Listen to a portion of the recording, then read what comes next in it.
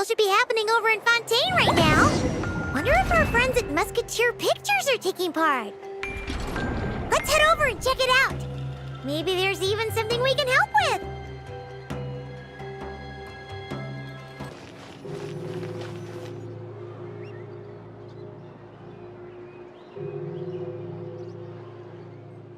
See? Told you they'd be here. Xavier! Oh, and Shiori and Furina too! Ah, Hydro Archon above! If it isn't my darling camera operator and clapper loader! A very happy Fontinalia festival to you as well! I'm guessing you came back to celebrate with us? Yep. And help out too! Even though the last festival had some unexpected hiccups, making the film was still super fun. Since you're all here together like this, you must be planning on entering the competition, right? Of course! A celebration of the entertainment industry. No one who's anyone would choose to sit this one out. It only happens once a year, after all. Fontaine Fashion Week might be more my speed, but the film festival brings in a lot of orders and boosts brand recognition, so I wasn't going to miss out either. A few new awards have been added this year, too. Best Director, Best Costume Design, oh, and Best Camera Operation. Ooh, sounds like we've got work to do. Come on, tell us! What's Musketeer Pictures film gonna be about? Oh, about that. What's wrong, Xavier? What's with that look? Oh, man, you weren't scammed by some shady investor again, were you? No, even I'm not naive enough to fall for something like that again. Besides, thanks to the fine people here, Musketeer Pictures has more than enough funds to shoot without investors. And yet problems persist. Huh? What do you mean?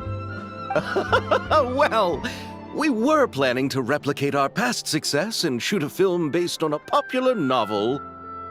But as we were holding auditions for the female lead earlier today, a striking young mademoiselle wandered in by accident. Her disposition was simply ethereal. The look in her eyes somewhat melancholic. Oh, I wish you could have been there. The awe I felt can scarcely be put to words. You had to be there, friend. No matter where she stood, it was as if her surroundings, even the air itself, turned into the perfect shot.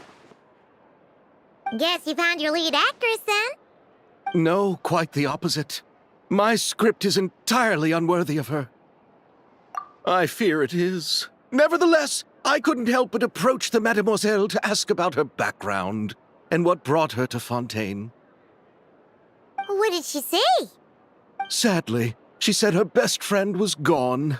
After returning to her own homeland not too long ago, she decided to visit where her friend was from to remember them better.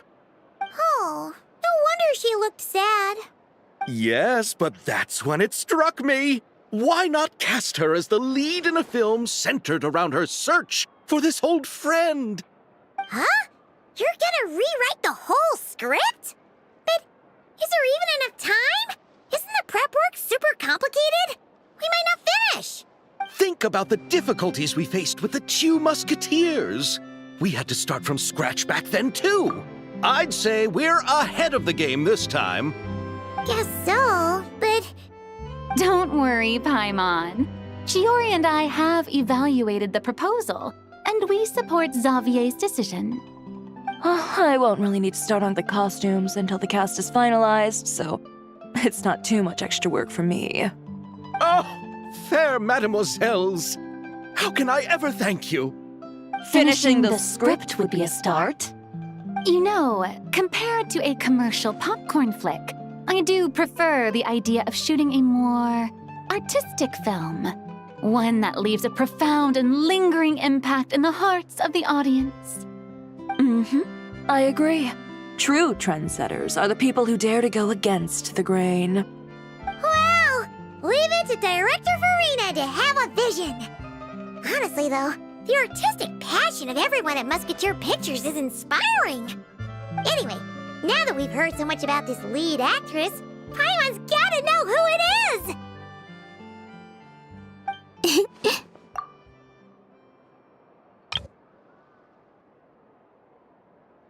Ah! Columbina! What are you doing here?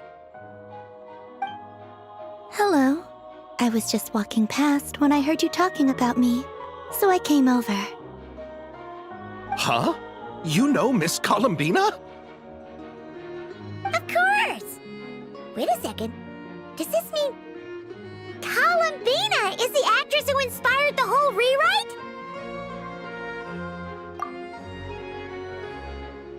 Yeah.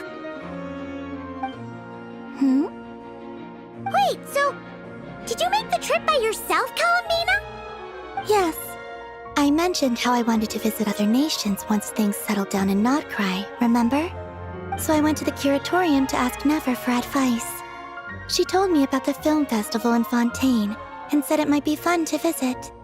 I spoke to Lauma before I left too, and she thought it was a great idea to get out for a bit. It's just, I received quite different travel advice from the two of them. Oh? How so? Well, Lauma told me to go out and experience new things and make new friends. What a wonderful suggestion. That's how a trip should be. What about Nefer? She said, don't trust anyone and don't talk to strangers. Yep, that sounds like her. I can understand that too. It shows this Nefer cares about you a great deal, Miss Columbina. Yes, so I plan on combining their advice. All I need to do is turn strangers into friends, and then I can talk to them.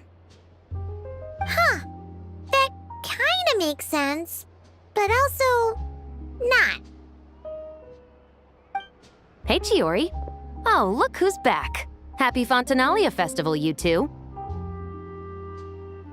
Oh, looks like we have a superstar in our midst. How about an autograph, Big Shot? Ha ha, very funny.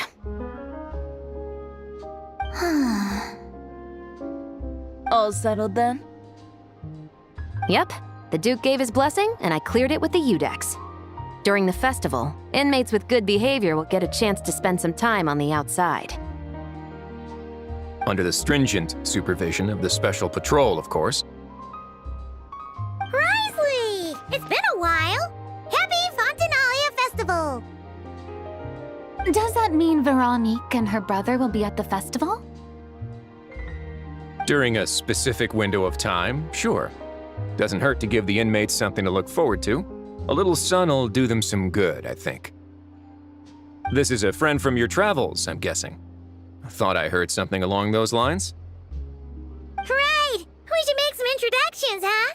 Chevros, Wriothesley, this is Columbina, a friend we met in Nodcry.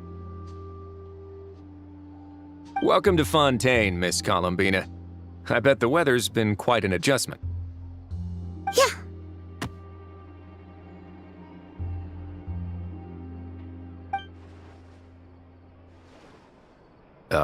And not the good kind, I take it.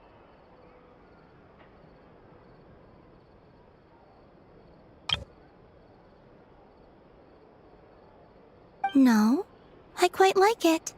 It's a lot warmer than Nodcry. Then what was the punch for? Oh, should I not have done that? The flowers that bloom here are so vibrant, and the people are so kind. I just wanted to become friends as fast as possible. Ah, so that was meant as a gesture of friendship. Is that right, Miss Columbina? Mm-hmm. Isn't that what friends do? Right. Might have been a bit premature in this instance, though. Your friend here is quite the character. Good thing we said something. You weren't seriously gonna go around punching every single person in Fontaine, were you? No, just the ones I wanted to be friends with.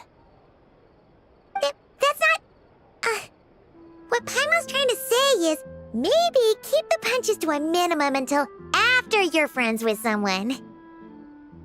If you say so. You're quite the character, Miss Columbina. So, are we friends? Of course. Any friend of the Traveler is a friend of mine.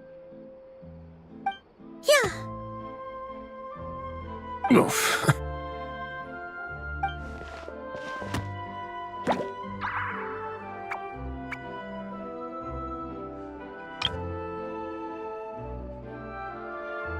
When it comes to friends, you sure know how to pick 'em. So Miss Columbina is the lead actress I've been hearing so much about. The whole thing about her aura is starting to make more sense. You gonna be part of the film this time too, Shivers? That was the plan. But now that Mr. Xavier has changed the direction, I don't think I'm in quite as many scenes. It's all for the best, though. A different crew asked me to help consult on some of their musket work. Oh, sounds like our trusty musketeer is as popular as ever. I'm just going where I'm needed. I'm more than willing to help with whatever this production needs as well. Ah, well, speaking of, would you happen to know if there are scenic locations around the court of Fontaine that other crews haven't booked? The festival's pretty popular this year, so there's not a lot left. You might just have to talk it over with the other productions and see if they'll let you squeeze in here and there. I see. Having trouble finding a filming location? Yes, we made a last-minute decision to go down a different route, so the indoor locations we reserved are no longer a good fit. And it looks like all of the best outdoor spots have been taken. You know, I might know a place. Good views, good atmosphere, and no production team has snatched it up. That sounds perfect! Where is it? You want me to reveal it just like that? Come on, let it be a surprise. As much as that sounds riveting, I think we should divide and conquer. You go do that, and Director Furina and I will take Miss Columbina around the city to discuss lighting and styling. Is that all right with you, Miss Columbina? Traveler? Yeah! Everyone here is our friend! So don't worry about a thing and just focus on enjoying your trip. Okay. All right, then the Traveler and I will go check out this potential filming location. It might even give me some inspiration for the new script. I'll leave this to the Duke then. Until later, everyone. Maybe we'll run into each other on set. Okay then. Lead the way, Wriothesley! Paimon's not built for suspense. Let's get this show on the road! Who said anything about roads? Huh?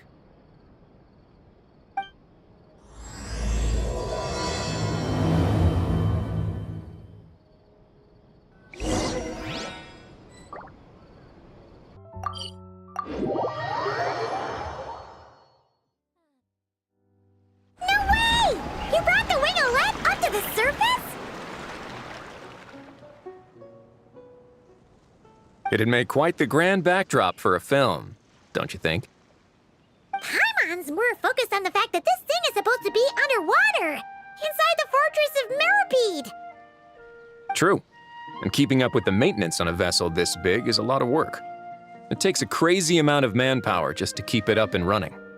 Oh, Paimon kind of thought it just sat there until you needed it. I wish it were that simple. The truth is the maintenance costs on this thing are substantial, so we decided to rent it out during the festival to earn some extra mora. Besides, the inmates are the ones who keep it in good shape. Seeing the fruits of their labor put to use is a good form of social rehabilitation for them. Huh, you've really thought this through. What you think, Xavier? Is this a good place to shoot? Ah, I've got it! Good messieurs and mesdemoiselles, I've got it! Gonna take that as a yes. The beginning is the hardest part, and the opening of this film has been eluding me, but now I know just how it should start. Glad to hear it. Thanks for bringing us here, Wriothesley. Don't thank me just yet. This isn't quite a done deal. Huh? Not a done deal as in someone already rented it out? You said no other production teams had snatched it up! This person isn't affiliated with a production team. The rental fee was high enough to scare off plenty of other film crews, but she didn't blink. Made quite the generous offer, and didn't even attempt to haggle. Do you know what she plans to use it for? I'd like to at least have a rough idea before going in to negotiate. I didn't ask for the details, but I did see what looked like a fishing permit and a business license on her desk. My guess is she's planning on using it for some kind of restaurant or aquarium. A floating restaurant is sure to attract people, but an aquarium sounds cool too. The views from the ship make it a great spot for a date. The winglet might not be under my command right now, but it's always nice to see her admired. A film is sure to drum up some good publicity as well. I do hope we can work something out with the current captain. Well, guess we should head over and talk things out then. Best of luck.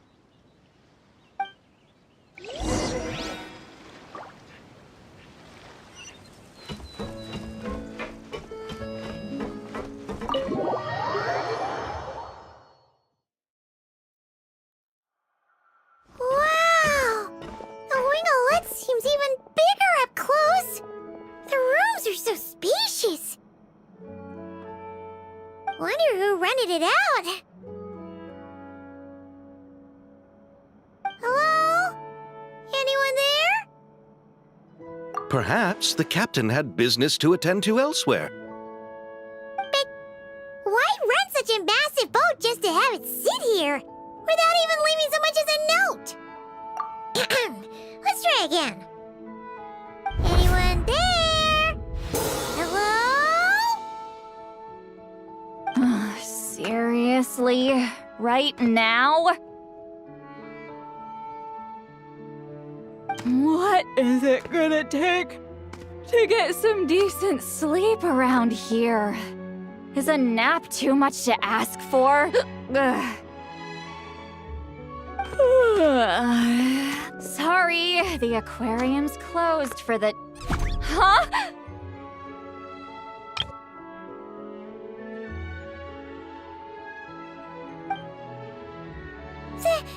Citlali? Traveler! Paimon! Hold on.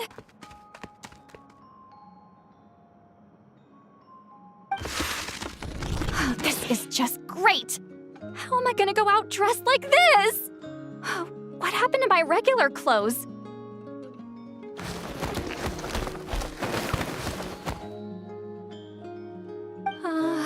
The wash! I put them in the wash after I drank too much and fell into the fountain.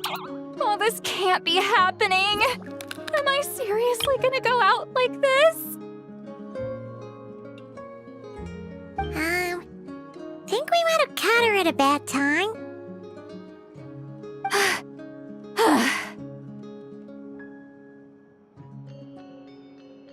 Citlali!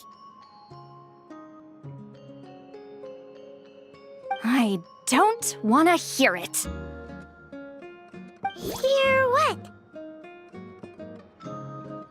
A single word about what I'm wearing. No comments, none. Is that clear?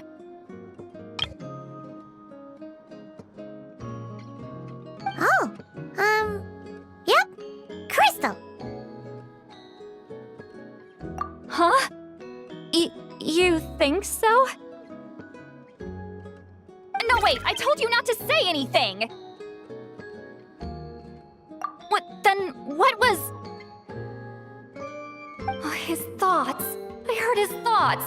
How could I forget about that? Oh, this is so embarrassing. I seemed a little too pleased to get that compliment, didn't I? Wait, the mind reading went both ways. Does that mean the Traveler's hearing all this too? You clearly did! Huh? What did we do? Paimon's not following. Nothing. It's nothing. Let's just move on. Did you need something? You're not here alone, I see. Hello, I'm Xavier, a film director and producer from Fontaine. I meant to introduce myself sooner, I just didn't want to, interrupt. No wonder we ran into each other in Fontaine of all places. You must also be in town for the festival then. That's right. We're helping Xavier with his film. In fact, we were hoping to shoot some scenes on this boat. You're the one who rented it out, right, citlali? Me? Rent a boat? I wish I had that kind of spare cash floating around. Not to mention the spare time. Don't get the wrong idea, though. I'm not here to sail off into the sunset and live out some cushy retirement life, okay? I'm not that old. Then why you dress like... how did you end up staying aboard the wingolette? Well, I heard one of my favorite light novels was getting turned into a film, so I came to Fontaine to catch the premiere. Originally, I booked a room near the Opera Epiclese, but I'm quite particular about where I sleep these days. I think it's an age thing. And that bed? I just couldn't sleep in it. I tried to find a different hotel, but with the festival, everything was completely booked. Just as I was worried I'd have to sleep under a bridge or something, I happened to spot a help wanted sign on the side of the road. Oh, so you're here to take care of the boat? No, I was hired to man the front desk. The pay is a bit low, but food and drinks are covered. And it includes room and board during the festival. Plus, the job is simple. So I thought I'd give it a shot. Wow, they actually thought you'd be a good fit, huh? What? You don't think I'm cut out for it? All I have to do is tell people the aquarium isn't open yet. Other than that, I'm free to do whatever I want. It's a pretty sweet gig. That's all? Yeah, I was also kinda shocked. But it's not a lie. Head downstairs and see for yourselves. There's nothing but empty tanks. Not a marine animal in sight. Did your boss mention anything about being open to film crews using this space? Our production was hoping to film on the deck for a few scenes. No. That never came up. You could just ask her. Oh, she's around? What kind of person is she? We should know what we're heading into. She's nice enough, I suppose. Pretty reasonable, too. Even offered for me to move to a bigger cabin if I was too cramped. Back at the Masters of the Night Wind, I'm used to being the one giving orders.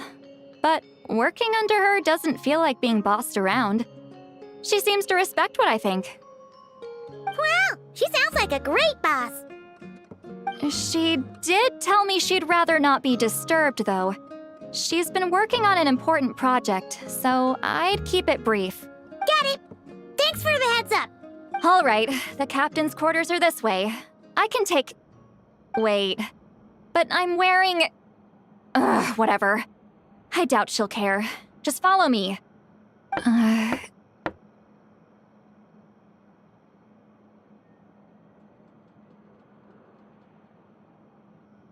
Miss Guillotin? These visitors were hoping to ask you about something.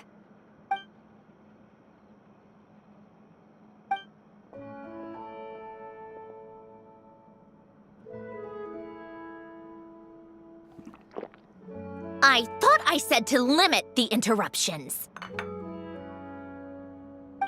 Just tell them the aquarium is still...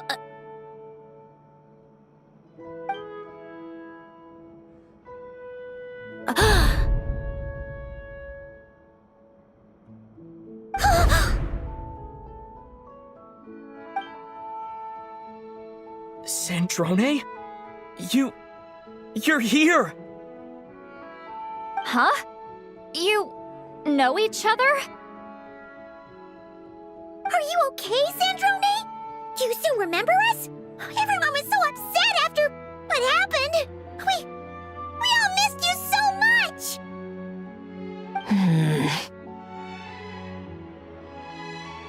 Miss Citlali, why don't you escort this gentleman to the reception area for a cup of tea? I have something to discuss with these two in private. Ah, I see. Right this way, Mr. Xavier.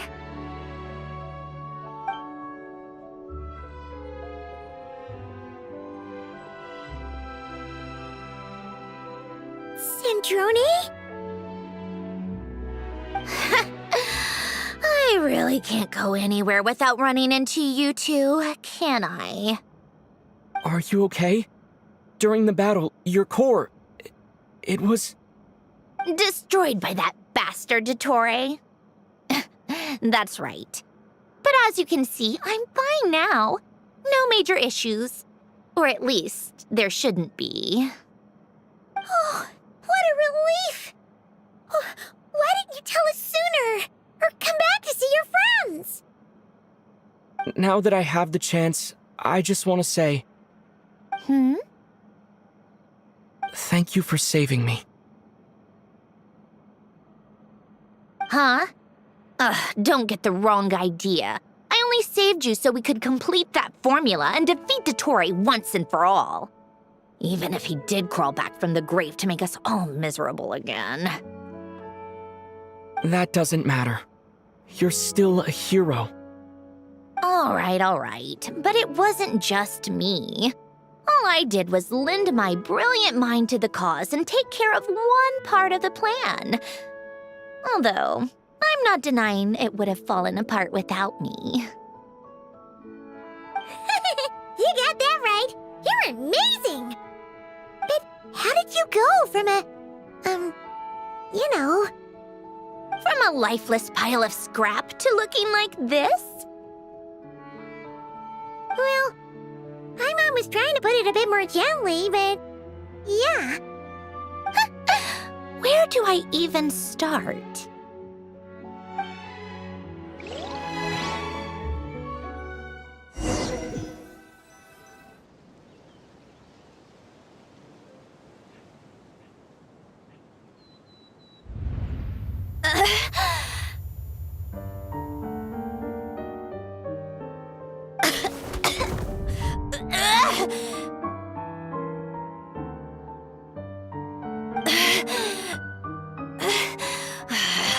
Curse it all!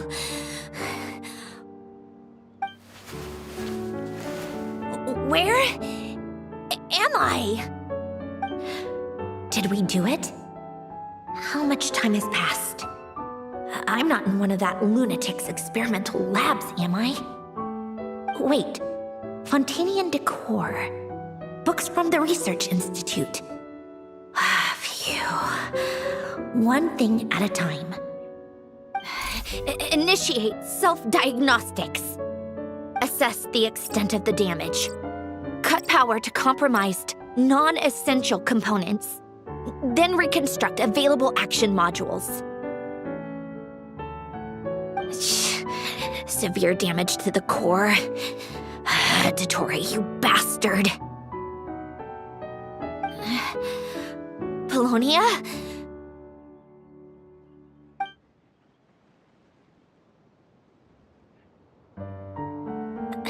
Polonia, wake up!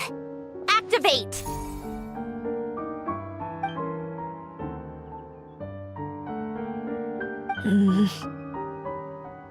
You're in even worse shape than me. Internal gears and energy circuits are barely intact. Extreme damage to the core, just like me. Rebooting is off the table. Even if I could repair the damage, I don't know if... You used up all your critical energy in those final moments, didn't you? To protect the core of that guy in the hat, and the numerological array. Wait, the array. Yes! The prototype is still here. But can I even run it in this state? Whatever. I have to try. I just need to confirm one thing. Activate the numerological array. Connect the computing core to my body.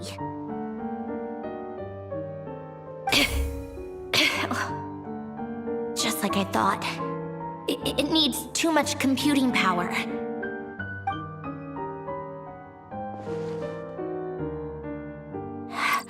Cut off power supply to all functions except the thinking module.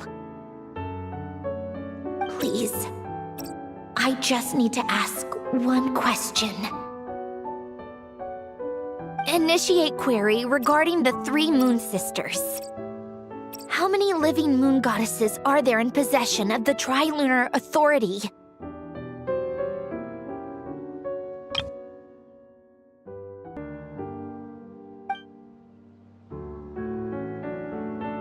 One. It worked. You did it, Columbina. You made it back. But how did I survive? The self-diagnostics showed damage severe enough to shut me down for good. What triggered the reboot? A built-in message? Only visible after a core reboot. The final gift. Alen! Were you the one who gave me the second chance? But why now? What activated it? What is that? A vision? Wait, no. It's a stellar linchpin?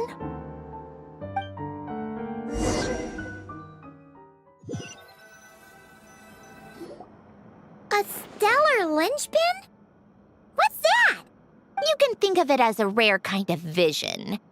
As for what causes one to manifest, well, that's still unknown. But in Snezhnaya, or in Afatui's research at least, it's believed to have some connection to the third descender. The third descender? We knew his remains were used to create the Gnosis, but this is the first we're hearing about a stellar linchpin. You knew about the remains? Right, of course. Look who I'm talking to. Yes, the heavenly principles used the remains of the third descender to create the 7 Gnosis as a means to consolidate the archon system. Visions result from that same system, so extrapolating from there, it's clear that the manifestation of a vision is also, to some extent, related to the third descender. Still following? For those that wield them, visions serve as a means to channel elemental power. The same is true of stellar linchpins. The difference is that, when wielding elemental energy, stellar linchpin users often exhibit a unique kind of power that seems to come from beyond to that. It's believed that, when a stellar linchpin manifests, impurities from the remains of the third descender get fixed in place. Hence, the name. That's also believed to be the source of the strange power I just mentioned. We've heard that visions can appear when someone has a really strong wish or desire. Stellar linchpins sound kind of similar, so does that mean... Huh? Oh, don't look at me like that. I've never had any grand wishes or aspirations. Just a list of things that drive me up the wall.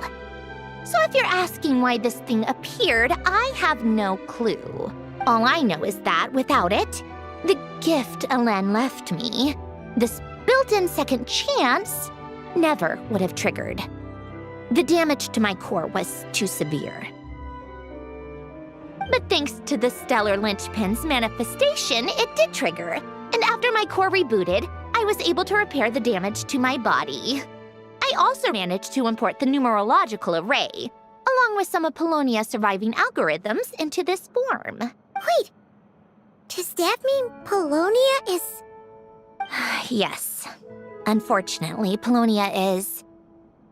beyond repair. Oh, we're so sorry to hear that. But you also mentioned something about a final gift? Yes. Alen often spoke to me about wishes and desires when he was alive. I suppose he thought there might come a day when I wished for something, and was willing to sacrifice my own life to fulfill it. So he left me a chance to start over. No, never. Alen once said I was his proudest masterpiece. That might sound boastful coming from me, but it's also an undeniable fact. After Alen died, I started studying how Polonia and I worked. Polonia is essentially a computational machine, so it wasn't difficult to figure out the mechanical principles there. But when it came to my own structure, that's when Alen, the Lord Artificer's true greatness, struck me once again. I attempted to imitate it when I created Catherine, but in the end, she turned out to be nothing more than a superficial replica. What? But his creation skill, Catherine, is super impressive. We were shocked when we first found out she was a puppet. No, she's nothing compared to what Alen was able to create. Some of the mechanical principles of my own core are still a complete mystery to me. Keeping that gift hidden wasn't even a challenge for him. Just a shame I had to waste it on fighting Dottore. I just couldn't stand the thought of him coming out on top. If you put it that way, the world owes me a whole lot then, doesn't it? Wait, but all this still doesn't explain what you're doing here. Wriothesley said you rented the ship and even had some kind of fishing permit? That's because I'm trying to go back to the place Alen and I lived when he was alive. My former home, I suppose you could say. The second chance wasn't the only part of the gift. According to the message, Alen left me a few other things that are stored in the house we shared together.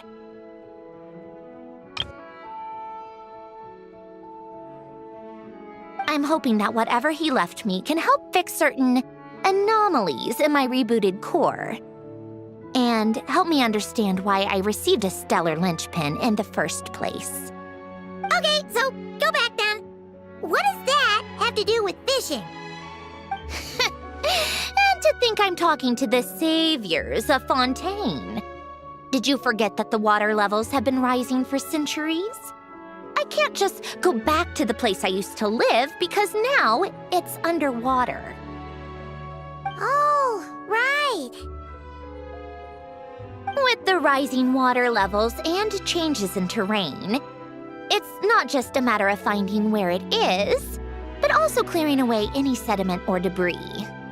But Fontaine law prohibits unauthorized individuals and organizations from excavating underwater ruins. A Melazine caught me the minute I even made an attempt. Why not apply for authorization then? And face the endless slog of Fontanian bureaucracy. No thanks. Besides, I'm a Fatui harbinger.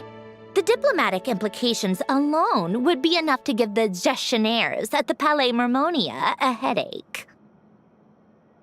A fishing permit, on the other hand, isn't difficult to obtain at all. Minimal paperwork required, and under the name Guillotin, the application was a cinch.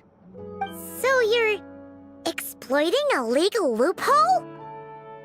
Am I? That underwater home belongs to me.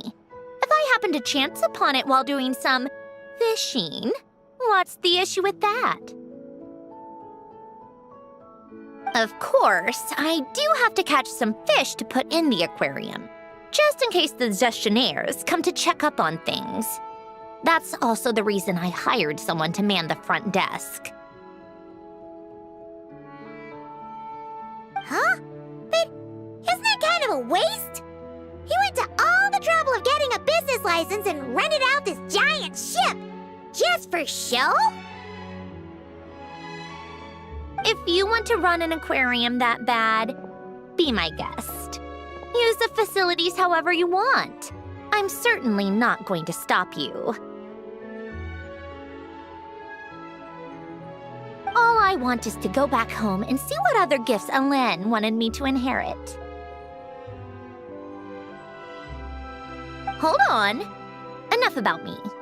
What are you two even doing here?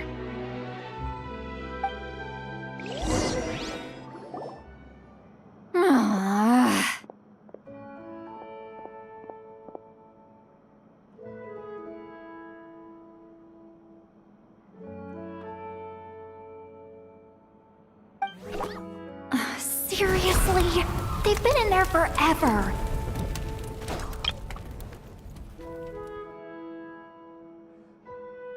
The reaction when they saw each other was strange, to say the least. They're lucky I was nice enough to leave the room and give them some space. Back in the Masters of the Nightwind, I'm the one who gets to kick people out.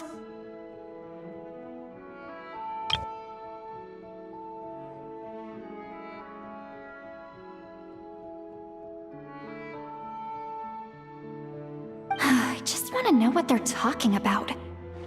Should I cast a little eavesdropping spell? Oh, no, what am I thinking? I'm Granny Eastley, the great shaman of the Masters of the Nightwind. I can't do something like that. This is just ridiculous. Making me wait out here for so long? Where's their respect for their elders? Oh, here they are. Were you back there arguing or something? What took you so long? The two of you are already acquainted with Miss Guillotin, then? Oh, yep. But don't worry, we got everything sorted. Sandrone agreed to let us shoot on the ship, but it has to be when she's not here. When she's not here? That's right. You'll excuse me if I didn't exactly ask for this little reunion. I wasn't planning on seeing anyone. Like I said, my core is severely damaged.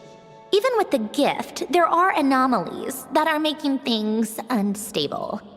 I don't even know if I can continue to function without issues. So the priority is to fix these anomalies and get answers to my own questions. Then I can see the people that need seeing.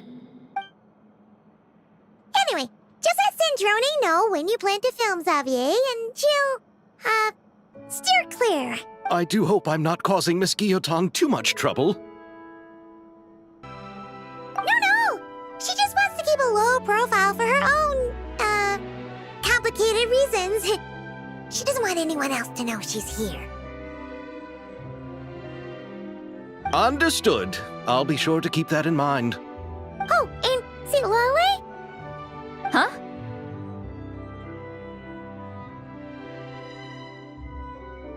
You mean Miss Guillotin? What does she want? Oh, please don't let it be about the pajamas. What? The 7th of the VIII Harbingers?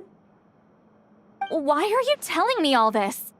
I asked the Traveler about you, and I've decided it's best to be open in this instance. I can understand if you would rather not work for a Harbinger. Regardless, the room on the ship is yours to keep. You're an acquaintance of the Traveler, and I plan to honor that.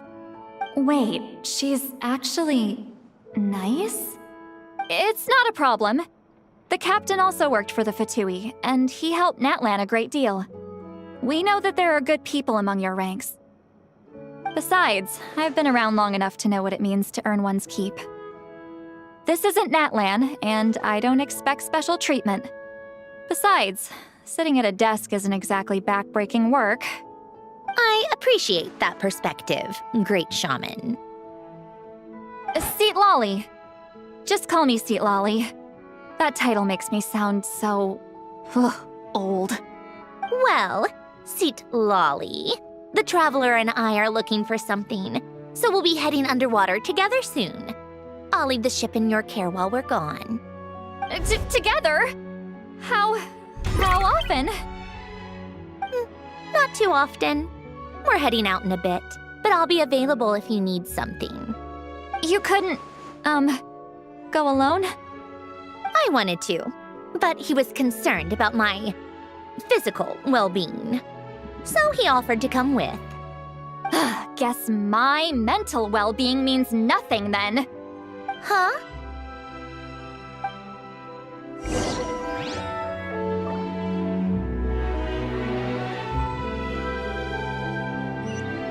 Fulfill our pact! Miss Guillotin is so generous. We talked it over, and she agreed to let our crew come over and do some test shots while you two are out.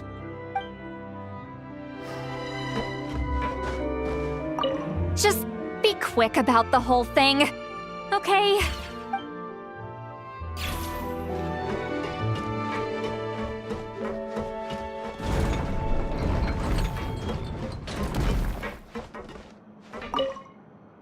All right.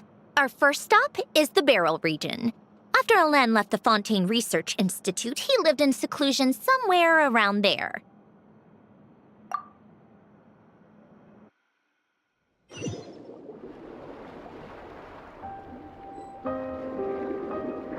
Huh. This place has changed a lot. Guess I really have been gone for a long... Let's look around and see what we can learn. Oh, and don't forget to catch a few to take back. We need to keep up appearances, remember?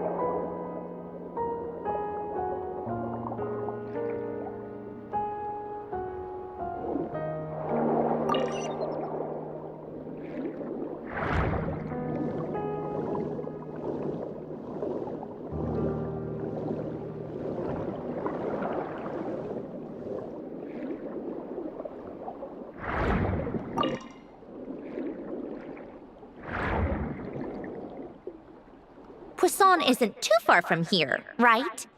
It's all a bit nostalgic, I guess. Back when I lived here, all this was still above water. All right, I have a general understanding of the terrain changes and sediment accumulation. We can stop here for now.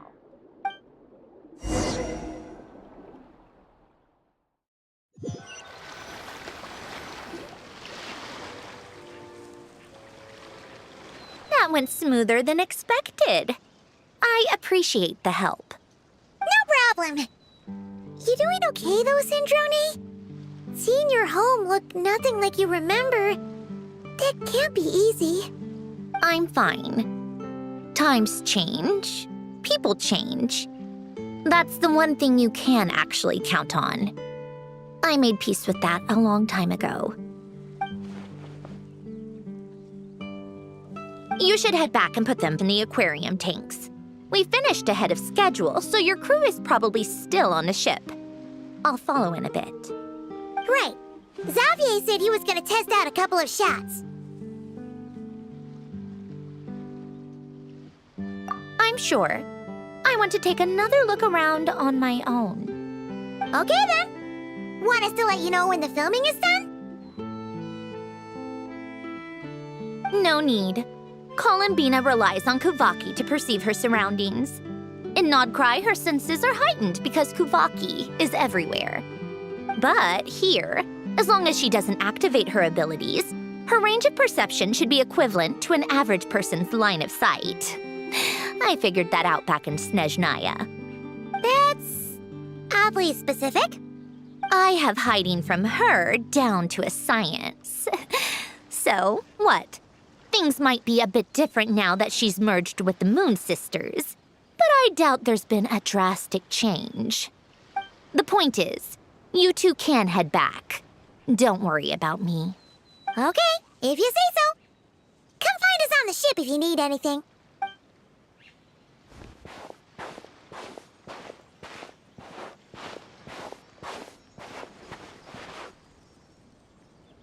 What did you leave for me, Ellen? Did you know I would come back? Or did you make it so I would have to?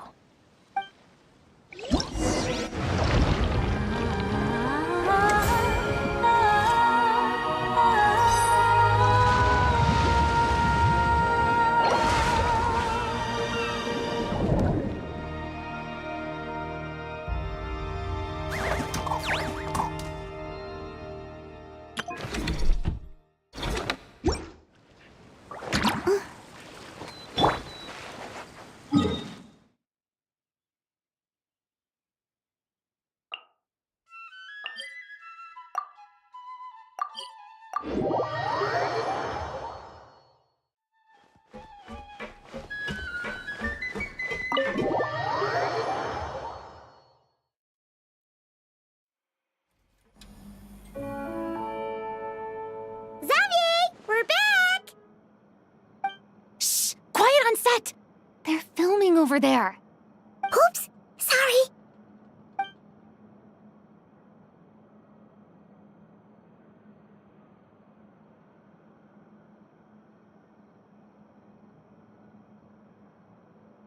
What's your take, Detective? Bullet wound to the chest. Gunpowder residue on the clothes. The victim must have been shot at close range. You think it was someone they knew? Yes. It's possible the suspect arranged for them to meet at this very spot. A reasonable deduction. But you're overlooking a crucial clue. What? The victim's pocket watch is missing.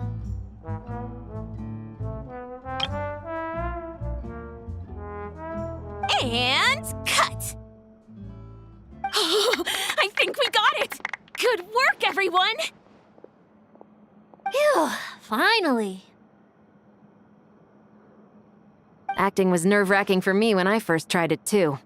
Just loosen up, and you'll get used to it in no time.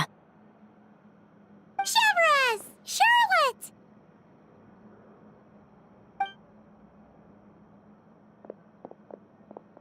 Oh, hello there, you two! You're filming here too? Oh, so Charlotte's crew must have been the one that asked you to help out, huh, Chevres? Yep. They heard about a potential filming location and wanted to come check it out. But when we got here, your crew had already beaten us to it. Luckily, Xavier and our director, Lapine Pauline, go way back. In the end, we agreed to just share each other's filming locations. Considering all the last-minute changes, that's just what Musketeer Pictures needed. For sure!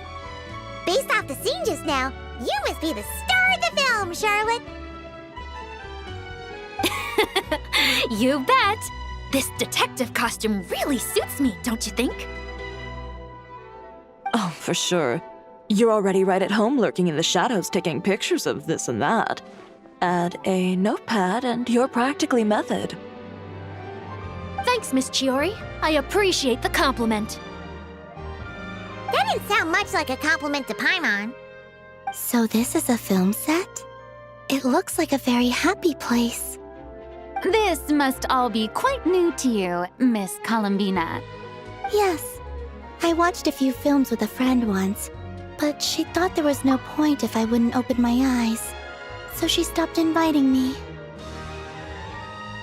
Looks like I missed out on a lot.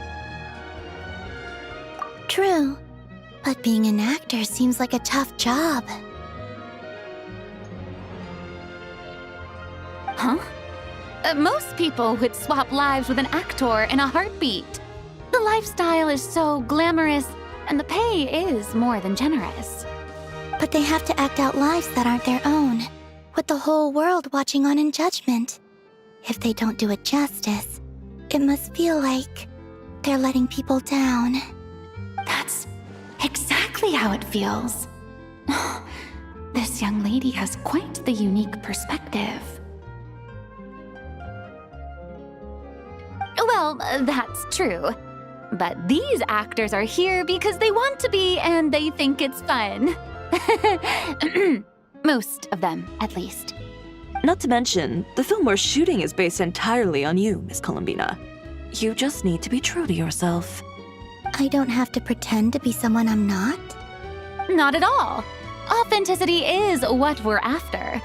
For example, this first scene opens with you on the boat, sailing to your friend's homeland. You just need to think about that moment in the story and picture how you would feel. Oh, okay. We're all here? Wonderful! Let's head to the deck and get shooting. Oh, and this is for you, dear Paimon, your clapperboard. Whoa! Is this the same one Paimon used for the Two Musketeers? The very same. I saved it just for you. Thanks, Xavier! Feels like being reunited with an old friend. Of course! That said, I have a different job in mind for you this time, traveler. Our film is focusing on a single protagonist, so conveying the subtle changes in her state of mind is of the utmost importance. In addition to the actor's own performance, another way we can convey that is through lighting. Huh? But there's already a lighting specialist, isn't there? Yes, but it's clear the traveler and Miss Columbina share a deep bond. You might have a better chance of understanding her frame of mind in certain scenes. Oh, that makes sense. So, what do you say? Willing to take on the role of lighting specialist? It's settled! I leave the job of translating our leading lady's inner thoughts in your capable hands.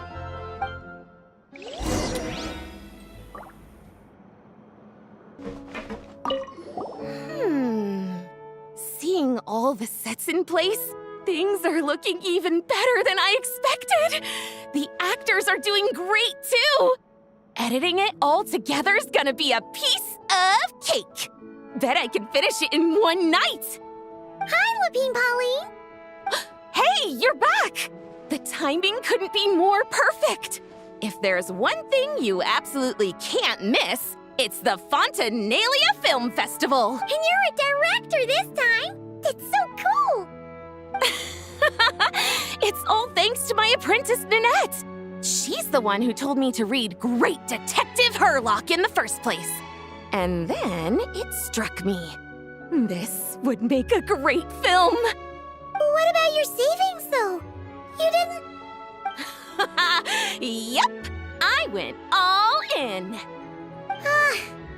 Paimon was worried you'd say that. Oh, relax. It's different this time. I met director Xavier back during my camera outsourcing days, so I got to know the industry a bit. I know exactly what our film needs and what the fans want to see. So be sure to check it out. I'm confident we've got a winner on our hands. Sounds like it. But we've got some filming chops ourselves. It's definitely still anyone's game. Then may the best film win.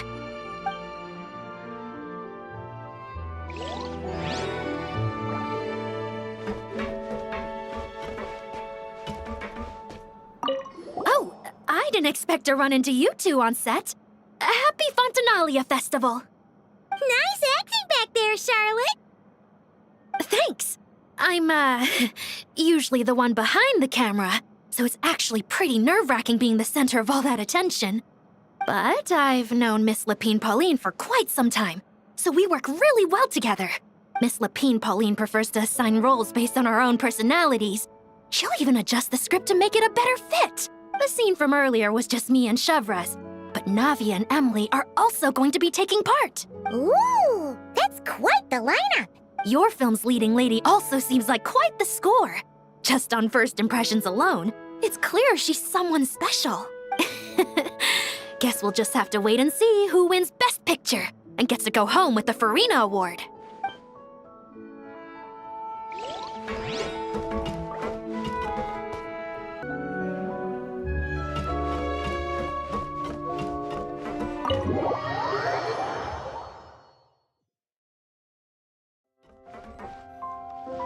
All right, without any further ado, it's time for production on our film, A Homecoming, to officially begin! Turning it over to you once again, Director Furina. All right. Positions, everyone! Camera operator, clapper loader, get set up. Let me know when lighting is good to go.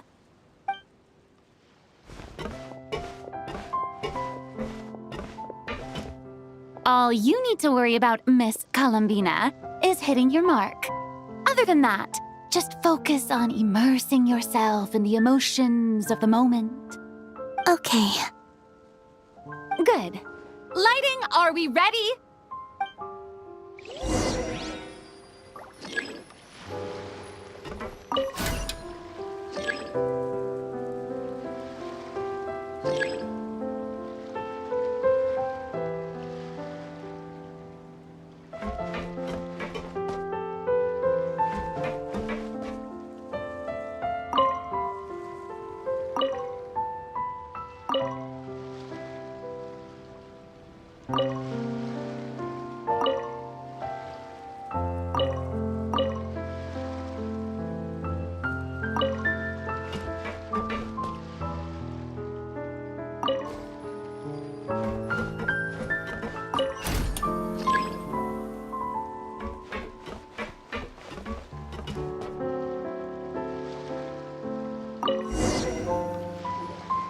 Ready. All right, quiet on set. 3, 2, 1, action! This is her homeland. Columbina. Cut! The emotions I'm looking for were definitely there. Let's just try to keep it a bit more natural. Oh, but definitely keep that gesture at the end. I loved how real it felt. You looked genuinely moved. All right, if you're ready, let's go for another take.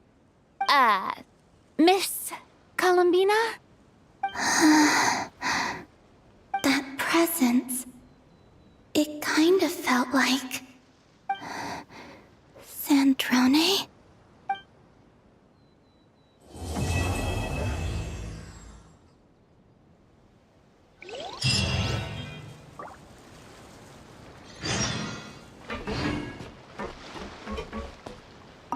Terrific performance, Miss Columbina.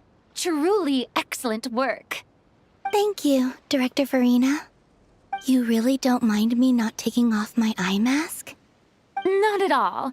Xavier and I already talked it over.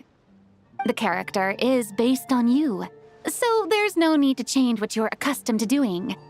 Besides, the mask could become one of the defining traits of our film's leading lady. Just like you suggested, we'll leave the reveal to the more important moments.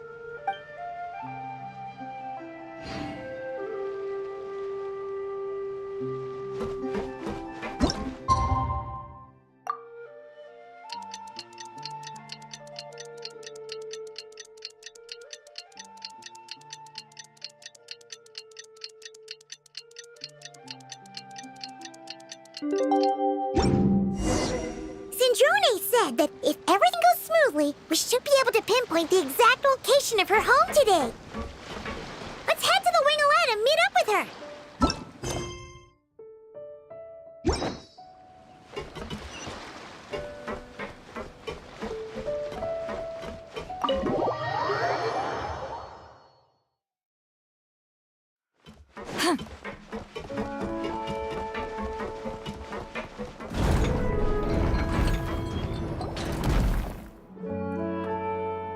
you're here. We should get going then. Xavier and the others should be filming soon. How's it going?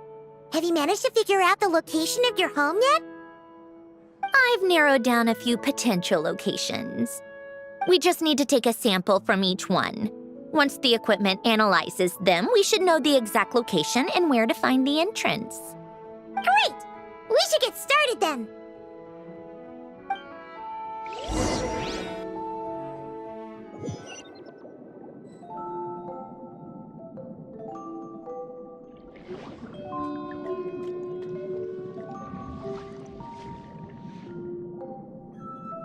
All right, let's get a move on.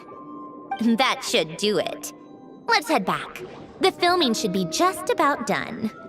We made good time. We might even know the location by the end of the day. You sound pretty happy about that. Do I? I suppose I've just had enough of these anomalies I've been dealing with. The sooner I can fix them, the better. Anyway, enough chit-chat. We have work to do. Oh, but let's head in through the side door. I don't want to run into the crew on the deck.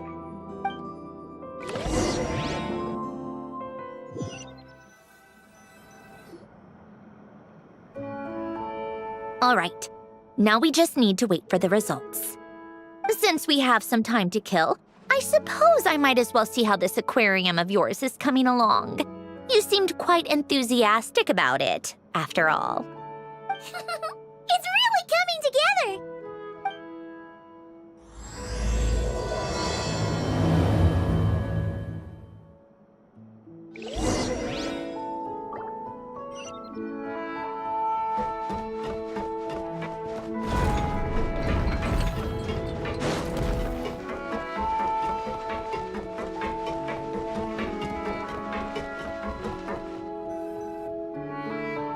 Oh, kind of impressive, actually.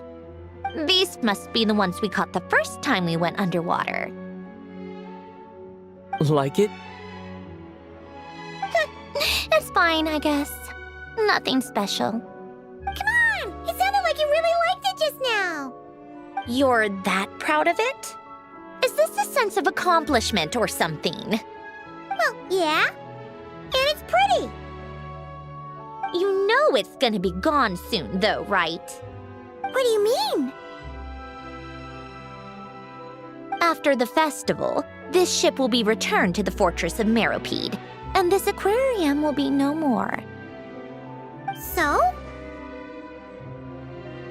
So, no matter how much work you put into this place, once the festival is over, it's all just going to disappear. But not making the most of it when we have the chance is an even bigger waste! But if you know it's all going to be gone one day, why even bother? Well, because... Because you still get to keep the things you gain along the way. And those are things that can never be replaced. Doesn't that make losing them even harder?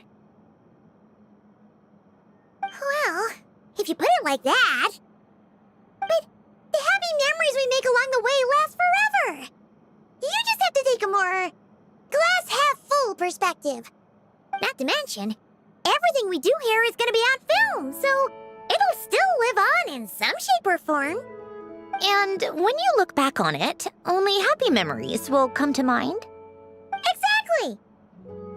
So it's about finding joy in the process itself. Traveler! You're back already? What's wrong with that? You say that like it's terrible news or something. How did you get here? I didn't see you on the deck. Oh, never mind. We need to help Miss Guillotin hide ASAP. The crew is heading over here to shoot any second. What? They should be done by now. There was a mishap earlier that cost them some time. I was waiting on deck so I could warn you the minute you showed up. Anyway, you should head back to the captain's cabin right away. They're gonna be here any minute now. Ugh, finally! That's a wrap for the scenes on the deck. Wouldn't have taken half as long if the wind hadn't snapped our equipment in two. change of plans then. You'll just have to hide. Hide? And where exactly am I supposed to do that? Oh, there's a box over there. You can get in that. Huh? You expect me to? Do I need my makeup done for the next scene too?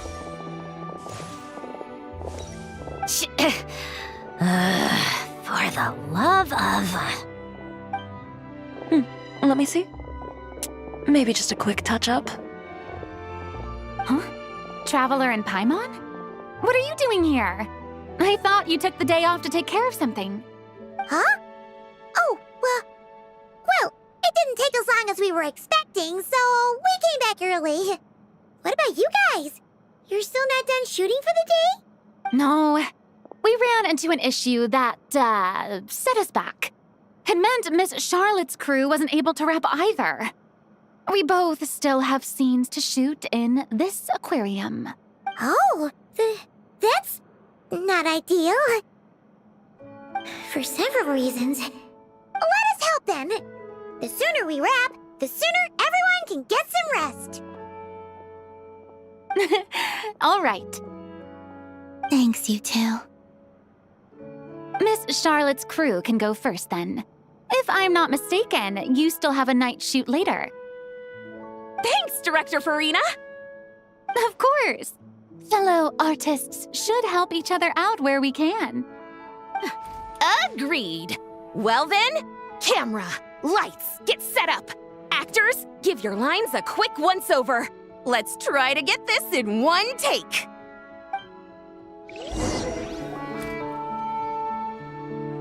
All right, places, everyone! And 3, 2, 1, action! So, the story ends like this. But when Duke Saint Germanus departed, he clearly said that everything was beyond redemption. Huh? That sounds familiar.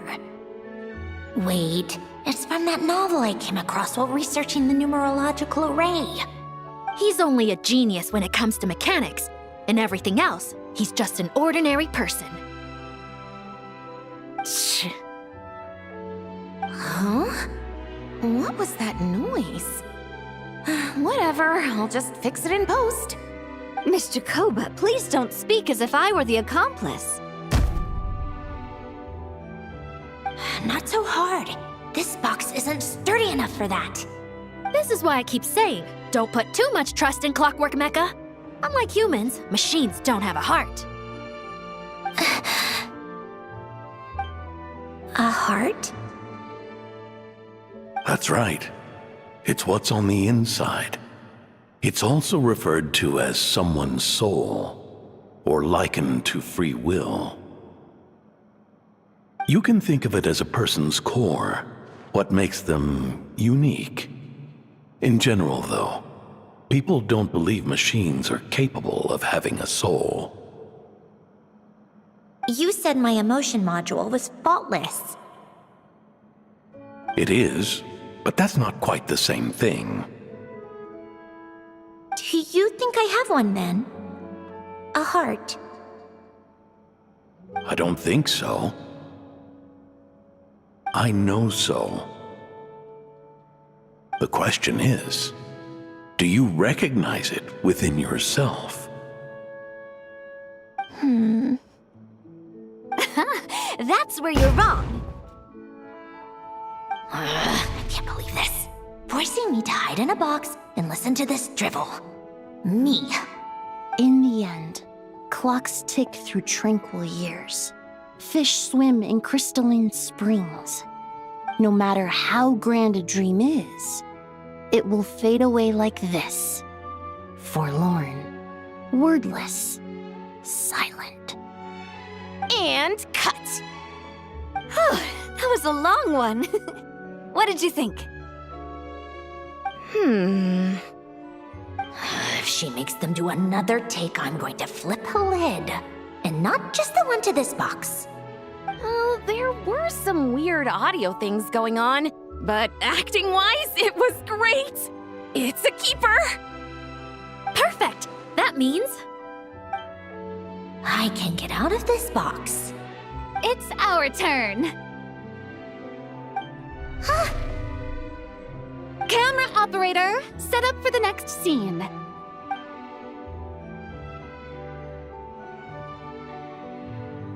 In this one, our protagonist peruses an aquarium in a foreign land and gets swept up in memories of her friend.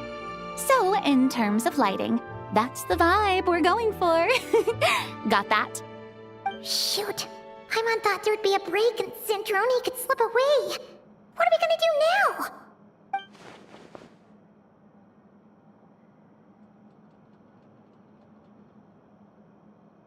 Break a leg! Yep, we're headed off to shoot our next scene.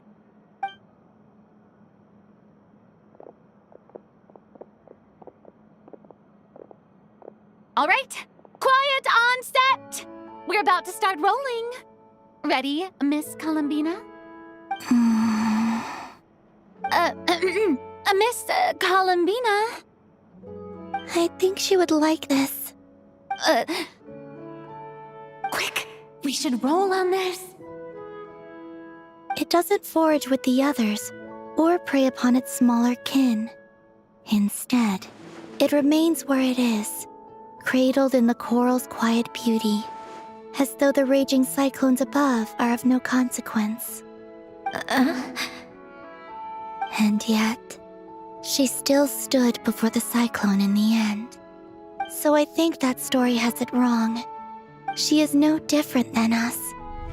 She has a heart. Columbina.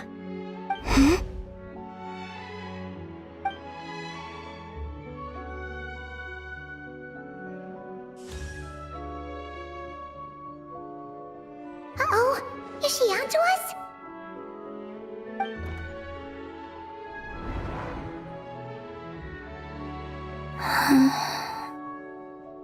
What is she doing? Cut! You okay, Columbina?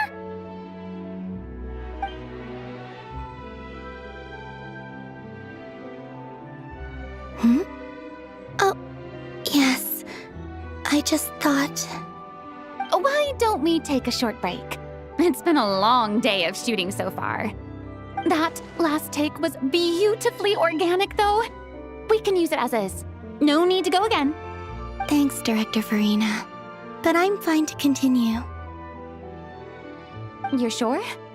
In that case, let's shoot some quick B-roll. Then we can move to our next outdoor scene.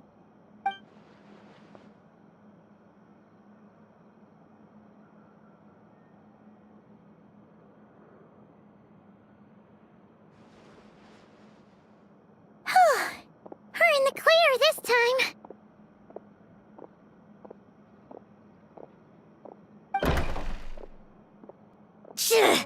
Ugh! Absolutely suffocating. You okay, Sandrone? Right as rain. Come on, let's go check the test results. It's time for me to go home.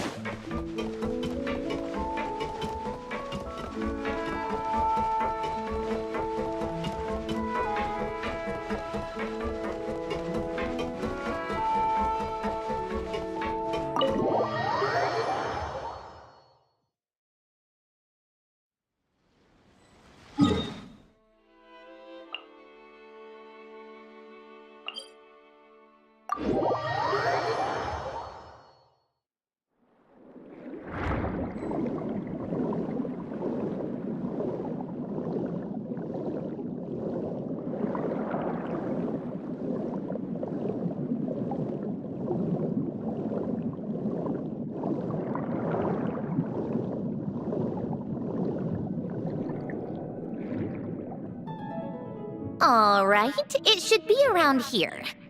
Give me some space. I'll activate the water insulating mechanism.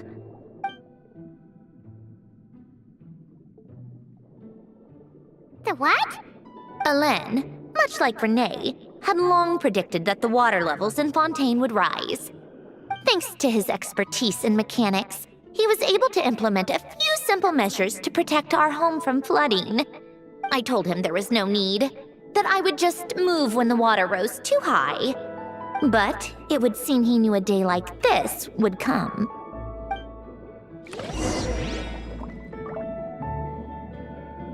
All right, the silt has been cleared away.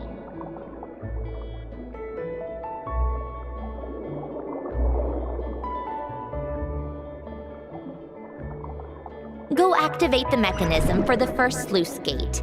That will fill the empty middle chamber with water.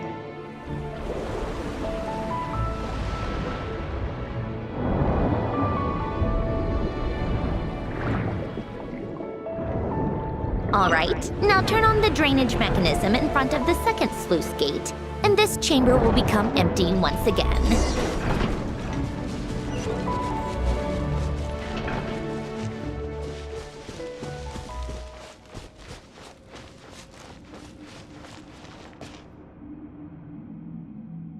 So, this is where you used to live? It's beautiful! There's even a garden! Back when I lived here, it was my job to tend to the potted plants and flower beds. Still growing strong even after all this time. Who would have thought? If the weather was nice, I would take Alen out in his wheelchair and we would go for a walk. Before long, we started bringing Polonia along too. Come to think of it, I was the only one who could get around easily back then. Polonia always got stuck at some point, and it was up to me to launch a rescue mission. Happy? I suppose they were. Uneventful, but pleasant. Repetitive, but peaceful. It was like living in a world where time didn't exist. Of course, that was all just an illusion. Death still awaits all of us at the end. Oh. All right, enough standing around. Let's head inside.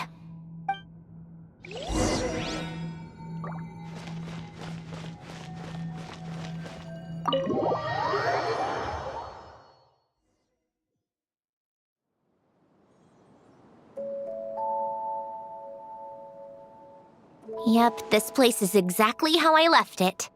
Nothing has changed. What is it? Huh?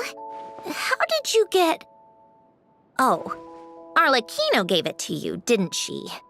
And you... read the whole thing. Just so you know, a lot of that was written a long time ago. At that very desk, to be exact. Anyway, since you've already read it, you should just hold on to it. I can always start a new one. Well, feel free to look around. I'm going to start looking for the gift Alen mentioned. Oh, but be careful with the stuff around here. I'm not saying you can't touch anything.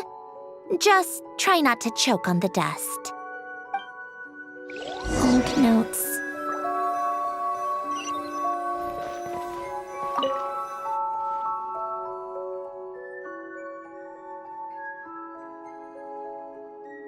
Oh, I played with these when I was little. During the first few months after I was created, I mean. At first, Alen and I would play together, but it didn't take long for me to become unbeatable. So, Polonia and I played together instead. Yeah, these don't look like Paimon's kind of games. Logic and math puzzles? Those happen to be my specialty.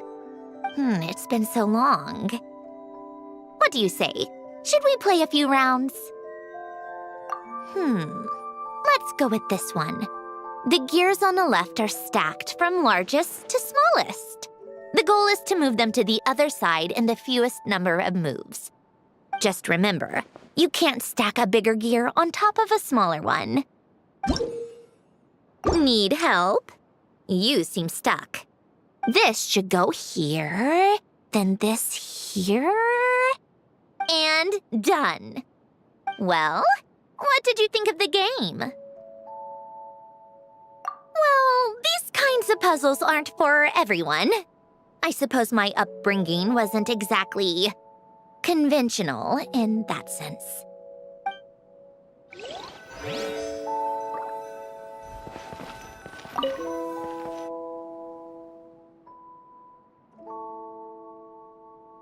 Oh, these are some of Alen's drafts from his later years. Just casual doodles, really. And these are just some unimportant letters. I couldn't be bothered to sort through them before I left.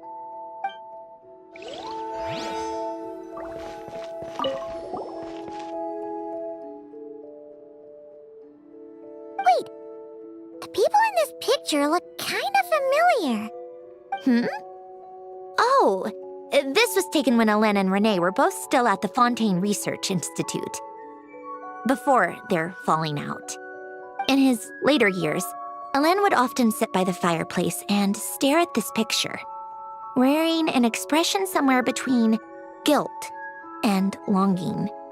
He said he sometimes regretted not helping his friend when he needed it most, even if just to stop him.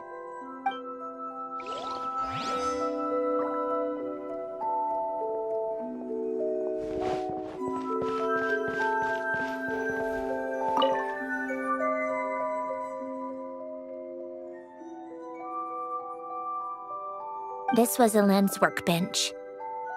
Later on, of course, it became mine. It's where both Polonia and I were brought to life. Before Alen was bedbound, this is where he would teach me about mechanics. I would sit and listen, chiming in with questions here and there. Later on, when he got too sick, I took over and would work on Polonia here.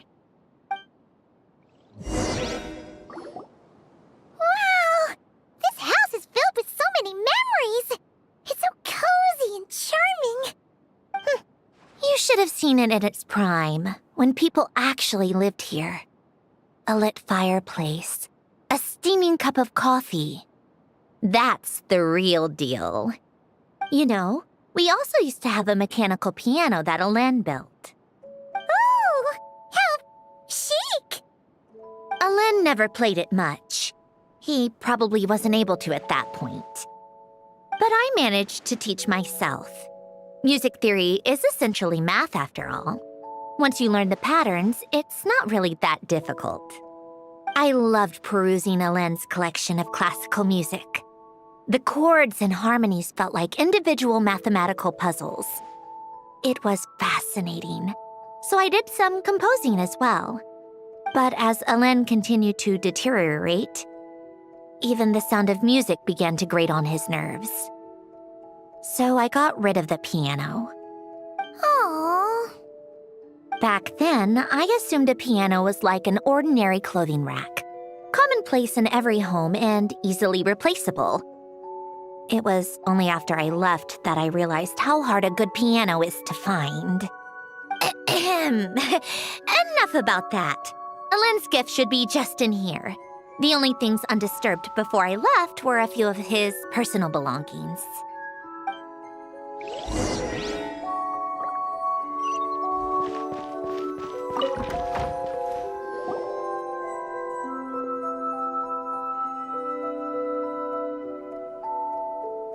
Wait, there's a hidden compartment at the back of this box. Looks like it's locked with some kind of gear mechanism. Knowing you, Alen, I'm guessing it goes like this, then like this. Got it. Am I a genius or what? Let's see here. A box? Well, you gonna open it?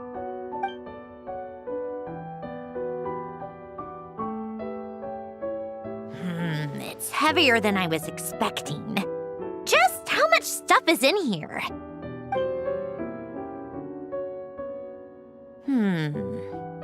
A letter?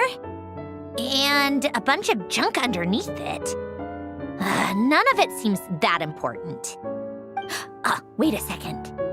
This should be it. A cube? It's a multidimensional algorithmic core. Alen would use it to store information. Only Polonia and I have access. All right, I'll start looking into the core and the letter. Feel free to go through the rest of the stuff and see if there's anything useful.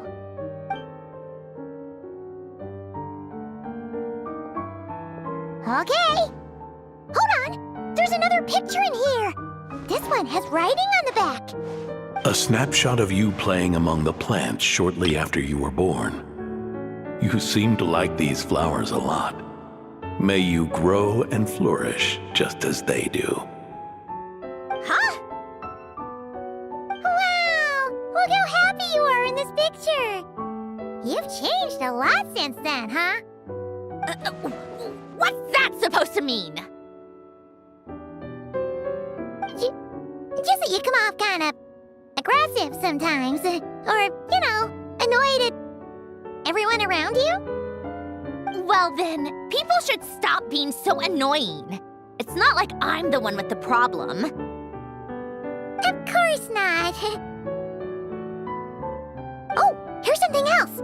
Looks like a piece of paper torn out from somewhere.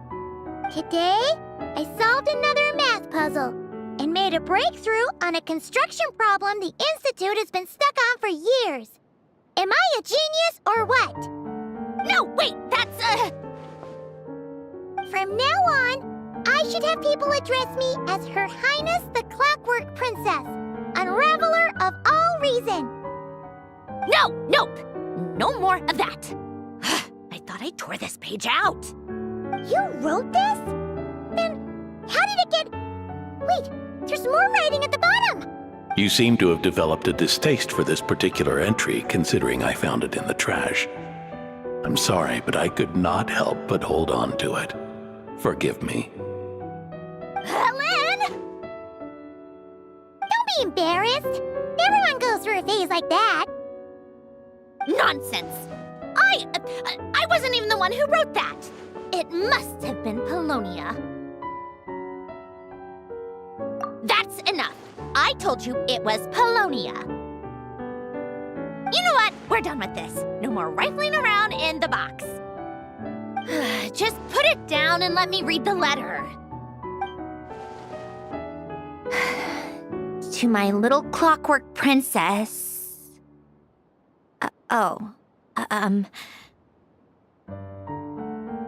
Not another word.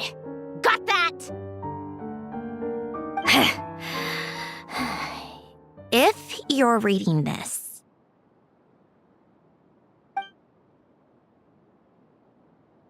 You've most likely received the gift I left for you. I just hope you didn't stumble across all this while cleaning out my effects or something trivial like that. I once asked if there was something you wished for. Do you remember that? I wonder if time has changed your answer. Regardless, I have another gift. A formula that will allow you to come face to face with the anomaly inside of you. If you even still call her that. Why this gift? To understand that, allow me to wax poetic on the soul once again. I would ask you to stick with me until the end, but I know you will.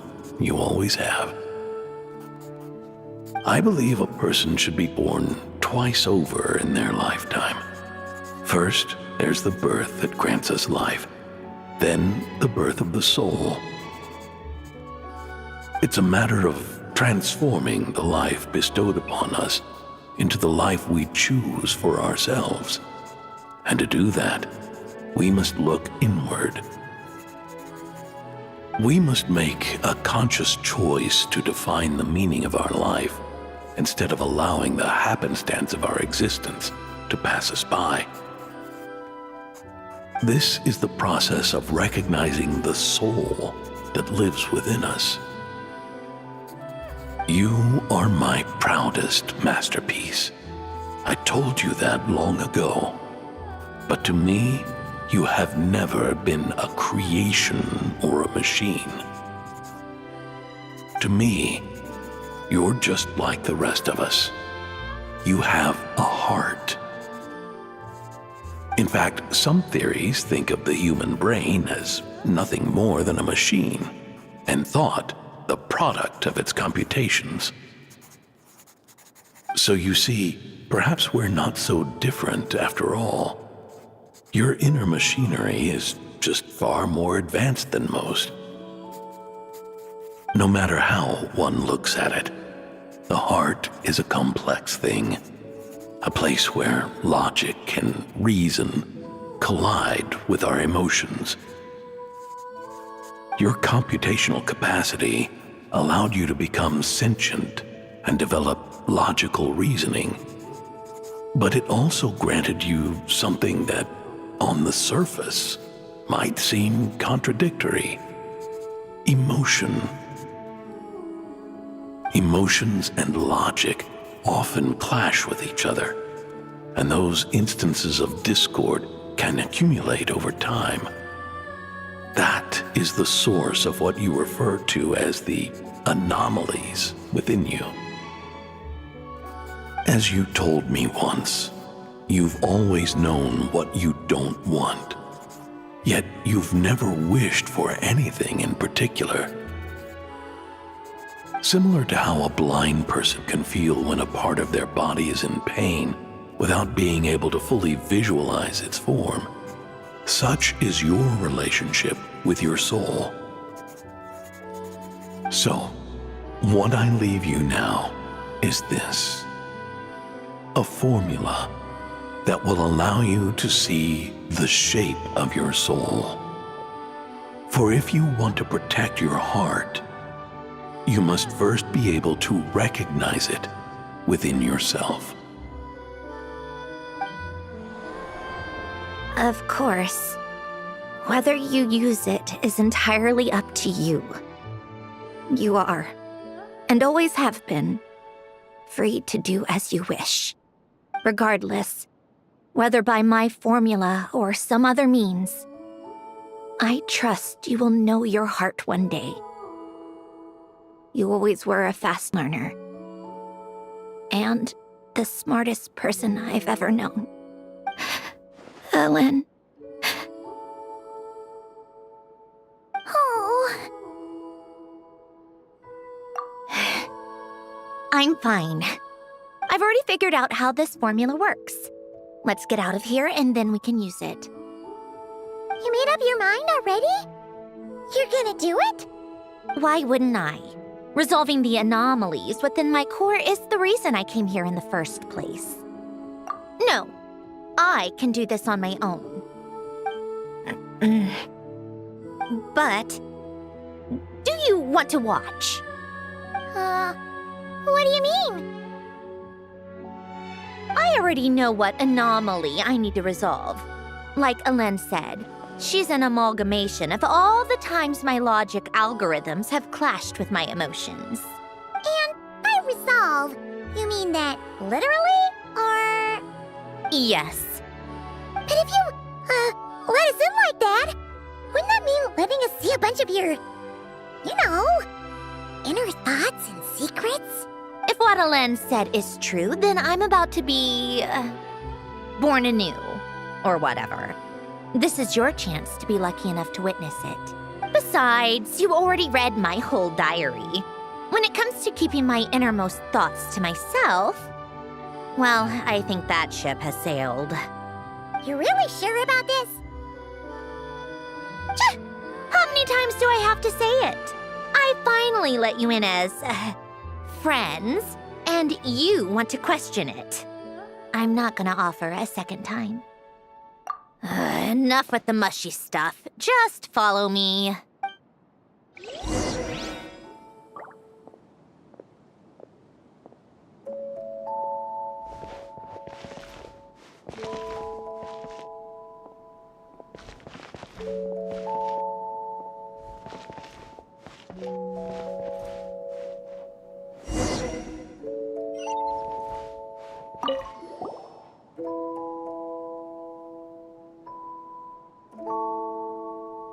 Right. With the numerological array, I can construct a simple formula that will allow you to experience what I see and hear in real time. Oh, just like citlali's scent-sharing technique. Been there, done that. Sounds like that shaman has some tricks up her sleeve. The arcane and the mathematical are both fundamental laws of this world. Being able to achieve a similar result through both isn't surprising. Anyway, let's get this show on the road. But no comments from the peanut gallery, okay? I know I offered, but I still don't want any interruptions.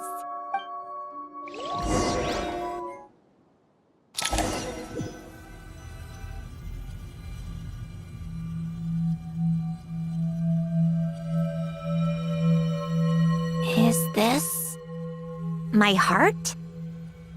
No, it's probably just the result of a lens formula.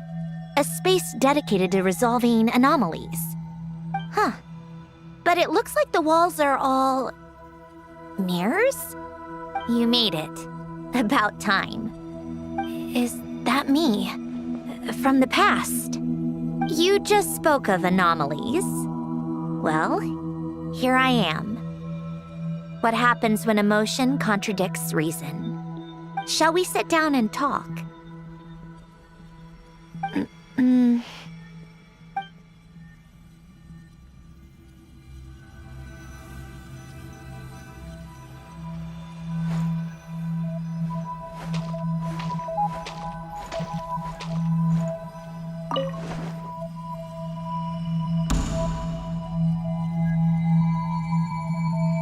That should do it. Hello? My name is Alain Guillotin. Can you hear me? Brings back memories, doesn't it? The time we spent here. Here. I want you to have this. A notebook? You can use it to write things down. I don't need to write things down.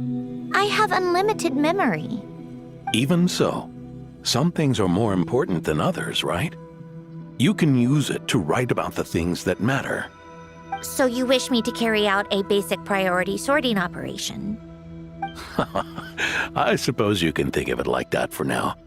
But journaling is also an act of finding oneself.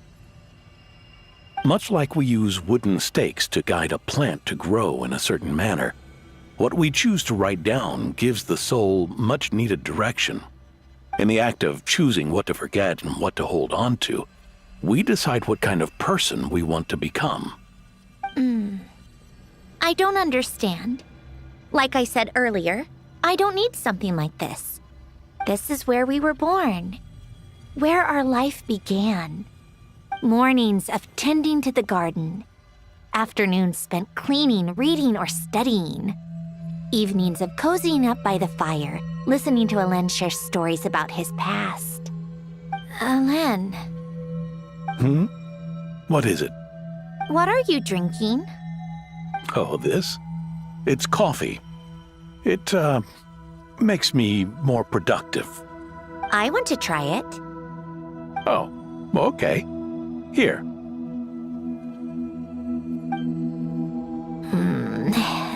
Bitter. Speaking of, why did you design me with senses? Taste, smell, touch.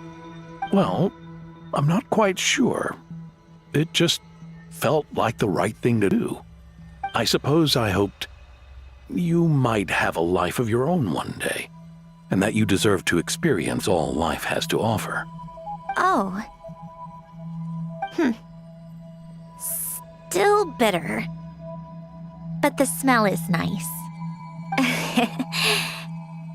I thought those peaceful days would go on forever. You know that's not possible. Maybe. But how was I supposed to know the end was just around the corner? That was just bad luck. Was it? Well, it certainly became a pattern, now didn't it?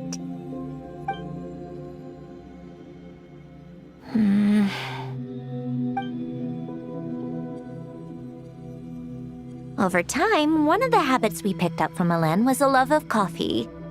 We even took to hosting tea parties. A machine acting like a human. Kind of laughable, right?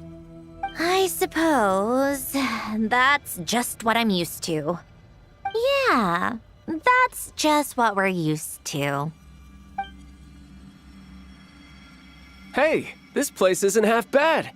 Great spot for a party. More and more people seem to be showing up to my tea parties uninvited. Anyone care to explain? Can you blame me?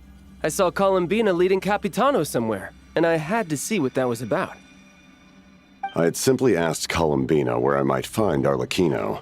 I have business to discuss with her, and Columbina suggested looking here. Tartaglia and I were unaware that this was a private gathering. Apologies for the intrusion. It won't be for long. Whatever. Just add it to the list of annoying things that have happened today. What's one more? Since you're here, you might as well stay for a cup of tea. See? Told you she wouldn't mind. Much obliged, Sandrone. Well, look who we have here. Good thing I brought extra desserts. This has turned into quite the occasion. Capitano, I was just about to go find you. Pardon the intrusion. Rest assured, I won't sully your gathering with talk of work. We can have our discussion later. Spoken like a true gentleman. A certain unmannered 11th seat could learn a thing or two. You know, you really should start being nicer to me, Rosaline. Or I might just snatch that 8th seat right out from under you. I'd like to see you try. If you're gonna fight, take it outside. The only mess I plan on cleaning up is tea-related. I still don't understand how our quiet afternoon turned into such a crowded gathering. One by one, people just kept barging in. And then, one by one, they left without a word. Yeah, pretty annoying, huh?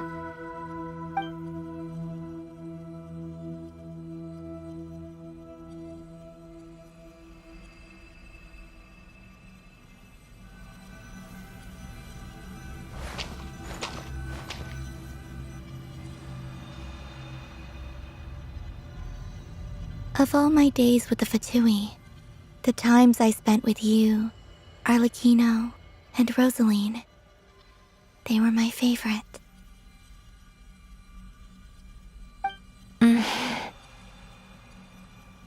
Goodbye, Sandrone.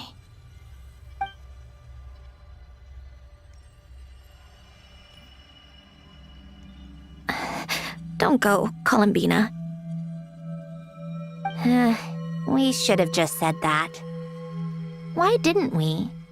If we had, would the story have had a different ending? She couldn't stay. There was no future for her here. She would have just faded away. You're right. I suppose that's why you call me an anomaly. Every time you make a decision, there's a voice inside your heart. My voice, asking to contradict all logic and reason. Why didn't we make her stay? Is it worse to fight for something just to lose it? Or not to have fought at all? Don't you find it unfair? One by one, we keep losing the things we care about the most.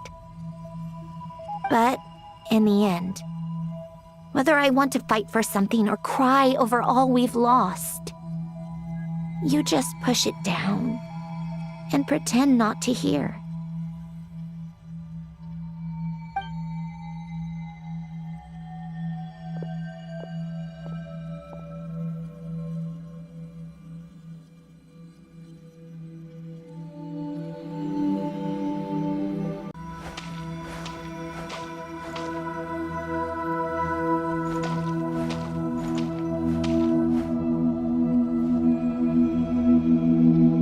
Now, even Polonia, the other half of Alen's legacy, the last remaining member of our family.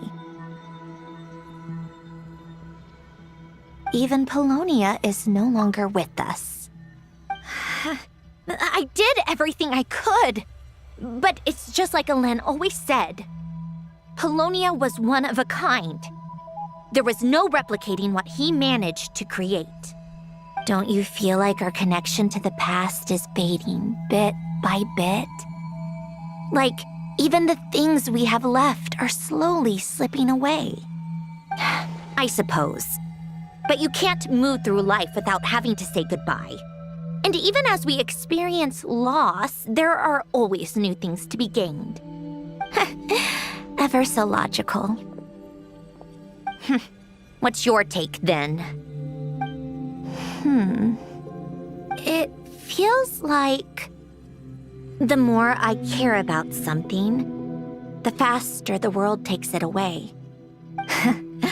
It sounds so stupid, but I can't help it. That's the hand life has dealt me time and time again. Why even fight for something that's just going to be lost in the end? Better to never have had it at all. Better if it would all just disappear. Dark, I know. But the heart wants what it wants. Maybe the stellar linchpin appeared because of me. Because of what I wish for. I don't think so. Yeah, probably not. What an anomaly wants goes against all logic and reason after all. Well, go ahead and do what you came for.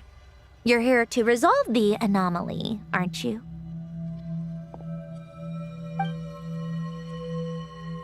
Yes.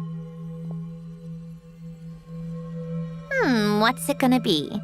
Keeping me imprisoned here like before? Or eliminating me entirely, like debugging a code? That might actually be a mercy. I don't care. I just don't want to experience the pain of loss ever again. Go ahead. I'm ready.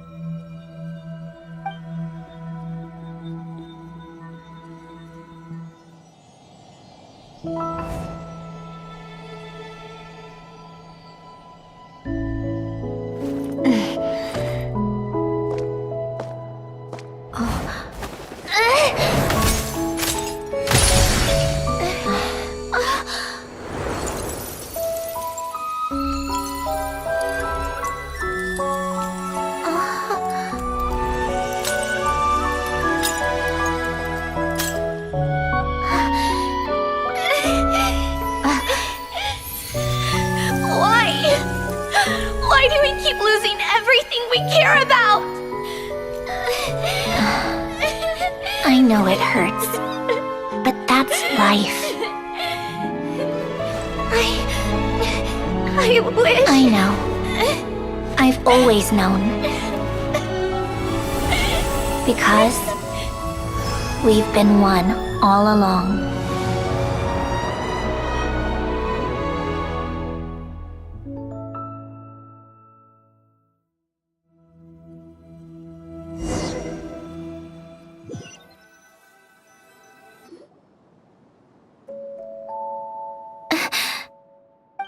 Sandrone? I'm fine. It's okay to cry, you know. Cry? You've got to be kidding me. Save the comforting for someone who needs it, Paimon. The emotional side of my core algorithm. My emotion module has always been fully developed and operational. Alen tried to tell me that too. I've just chosen to ignore her voice all this time. I suppose. Come to think of it, it's kind of like the aquarium on the ship. The aquarium? The old me took one look at it and saw something I would inevitably lose. So I stopped putting in the effort. Then, one by one, the fish all swam away, and the place became even more bleak and depressing. Pretty pathetic, right? Don't say that. A lot of people would feel the same. It just shows how much you care about what you have. Now? After seeing what you've done with the aquarium, I have to admit. I think it's beautiful. It's like you said, we get to keep the things we gain along the way. And those are things that can never be replaced, because we choose to hold them in our hearts. Well said! Besides, I've already died once. I'd be stupid not to make the most of this second chance. Right! Earlier you, or your inner self, mentioned something about her wish. What was it? You think that's something you can just ask, and I'll tell you. Think again. I may have accepted my emotional self, but I'm not about to go all soft and mushy on the inside and pour my heart out. That said, taking a step in the right direction couldn't hurt. Starting with cleaning some old aquarium tanks of my own. Huh? Metaphorically speaking, I mean. Come on, let's head back to the ship. I need to talk to that shaman.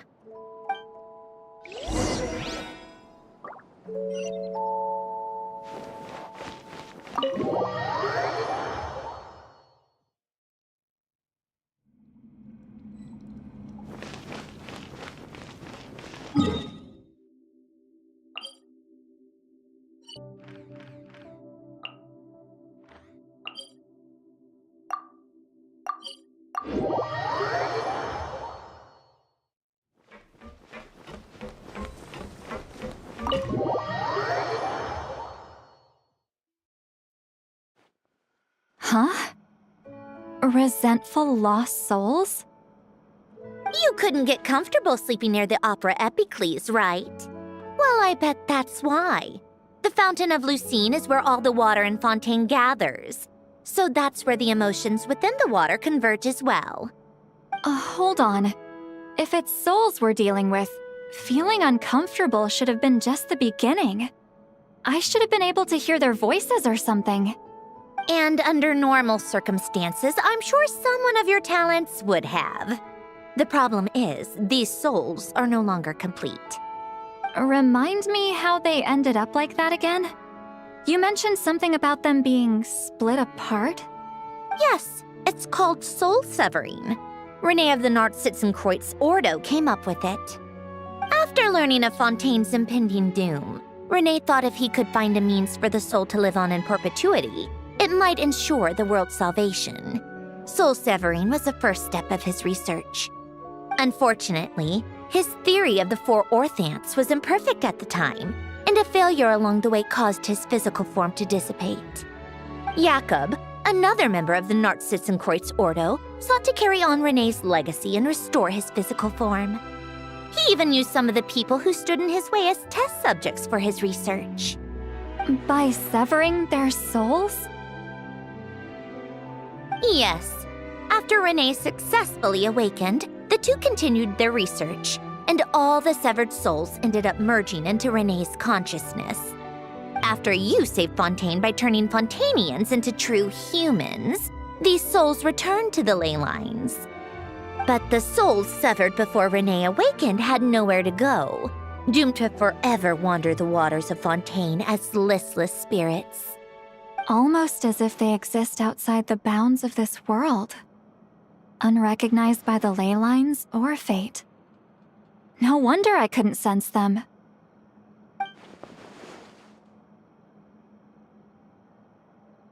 Not only that, but over time, they began to fuse with other entities. Their inner resentment lured in all sorts of evil beings, which corrupted and defiled them into nothing more than accumulations of filth.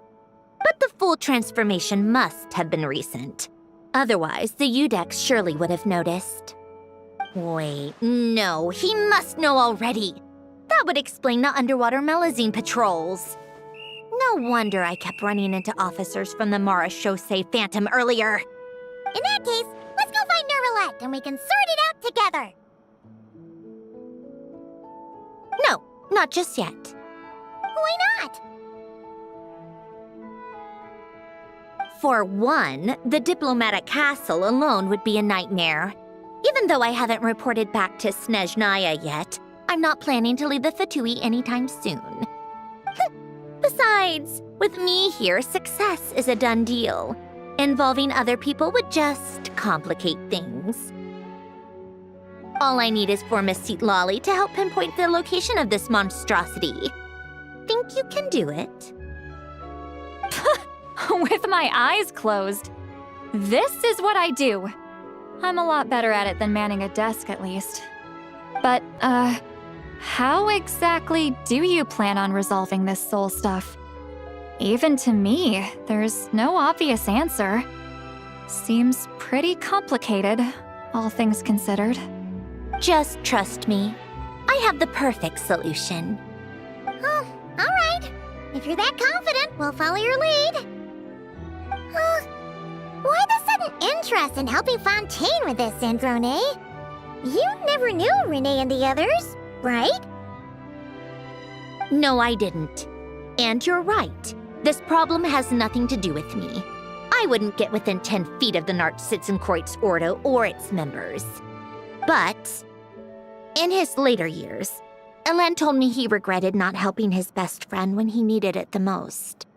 He also felt sorry towards Marianne for being too lost in his mechanical research to look after her properly. If he were still with us, I think he'd do the same. He might have a few choice words to say about it, but even after everything, he wouldn't leave his friend's mess for someone else to clean up. Friends shouldn't hold grudges or leave behind regrets. Fixing what happened between him and Renee was one of his greatest wishes. All I'm doing is fulfilling it in his stead. You really do seem a little different now. You mean everything that just happened wasn't for nothing? Why, thank you for pointing out the obvious, Paimon. Just washing off the grime of the past. Turns out, a lot can build up after being ignored for so long. What's this about aquarium tanks all of a sudden?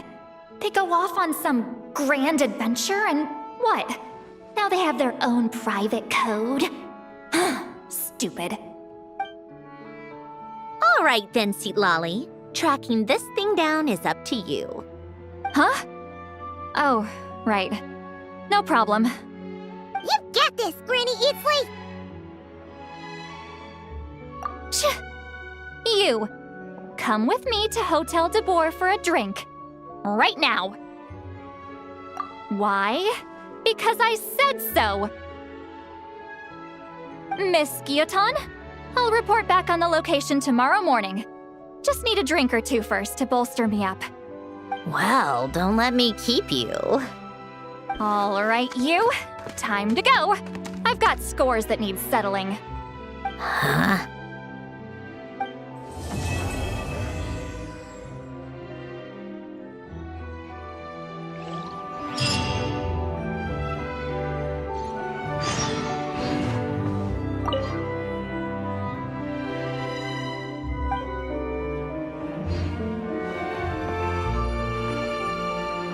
Listless, abandoned souls. An accumulation of resentment and filth.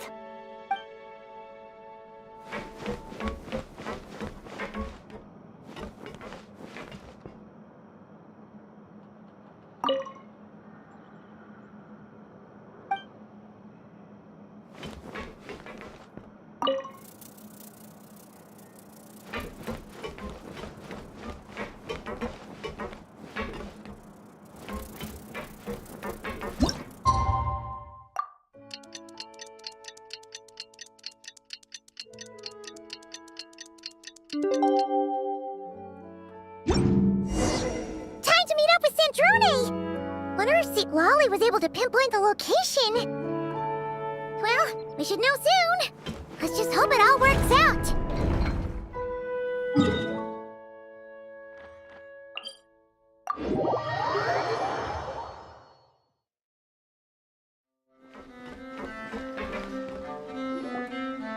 Citlali sure drank a lot last night, huh? Wonder if she's even awake. Good morning. Ah! Columbina! Oh, you sure know how to make an entrance. What are you doing here? We just finished filming a last-minute scene, so I came up to get some fresh air. The others are still down below discussing what the final scene should be. You mean, how it should end?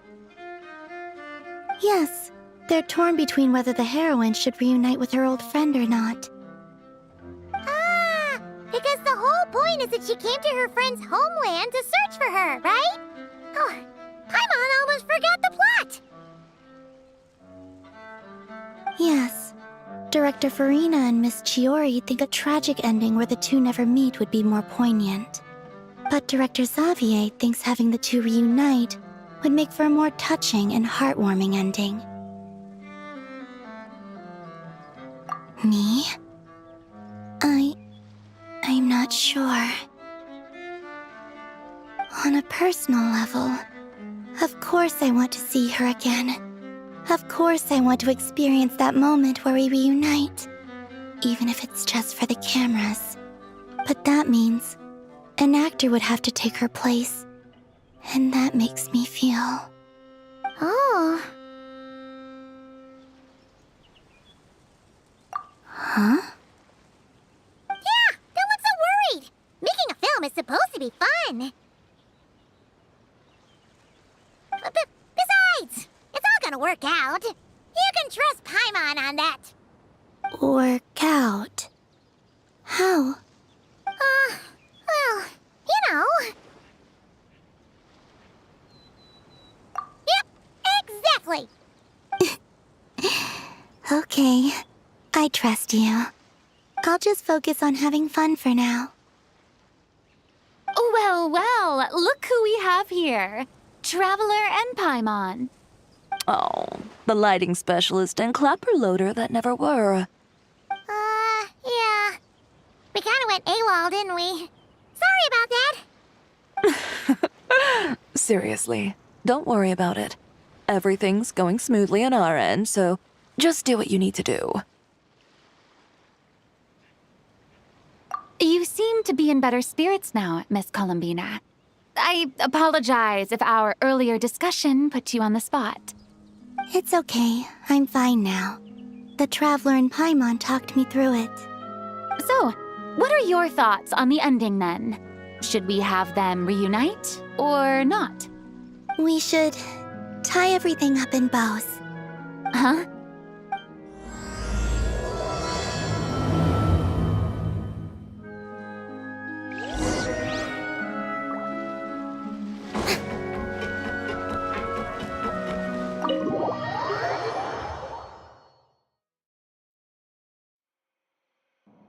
Citlali! We're here!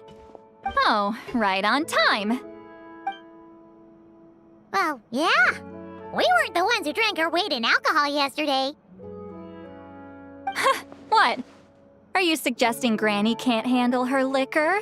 It takes a lot more than that to get me drunk. Really? 'Cause, you stopped making sense after a while. Did I? Huh.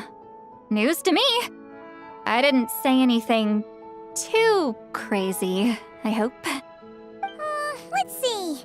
You spent half an hour bad-mouthing Auroron, half an hour complaining about work, an hour talking about light novels, and, Paimon kind of fell asleep after that. Are they gone? Oh, the crew? Yeah, we bumped into them on the deck, but they just left. Wait, but now that everything with your core is sorted out, what's stopping you from seeing Columbina? She misses you a lot. I just want to deal with this mess first. Besides, this is a perfect chance to make her jump for once. I have to plan it out more. But enough about that. Were you able to pinpoint the location of our target? Of course! When Granny Eatsley promises something, she delivers. Great, let's see. The Morte region. Wait, this is the Tower of Gestalt. The place the souls were severed. Is that the source of the resentment? Or is it the Narzissen-Kreuz Ordo in general? Let me come with. This thing's movement isn't fixed. If it's not at this location when we get there, I can use a ritual to summon it. You've already gone to more than enough trouble. I don't mind. These old bones have nothing better to do anyway. Summoning a spirit isn't going to do me in. Besides, if I don't go, they'll just have more inside jokes I can't join in on. All right then. I appreciate it. Ha! There's no time to lose! Let's head out!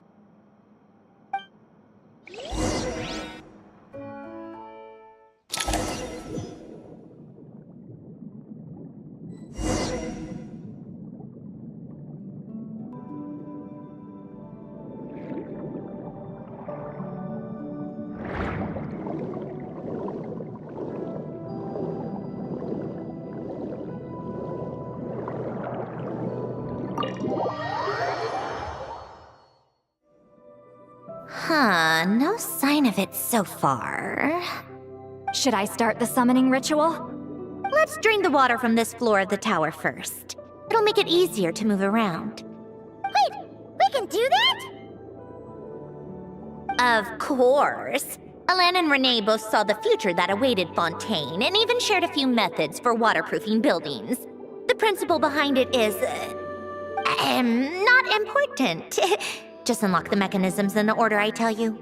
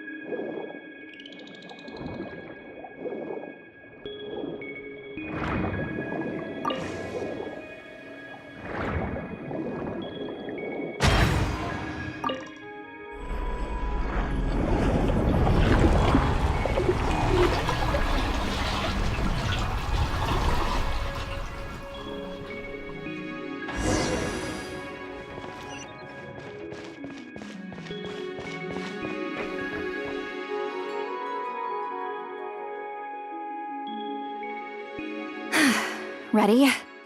Yeah. When this thing appears, I'll try talking to the souls inside. But more than likely, they've already been driven to madness. If communication fails, we'll have a battle on our hands. In that case, Paimon better find a hiding spot.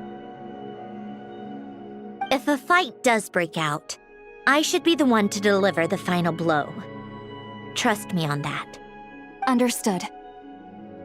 All right, I need quiet. Wandering spirits drifting along the tides, hear me now. Broken souls, silenced, torn apart and forsaken. Follow the traces of the past and return to us. Let resentment recognize resentment. Let vile entities be drawn together. And in this place, take form once more.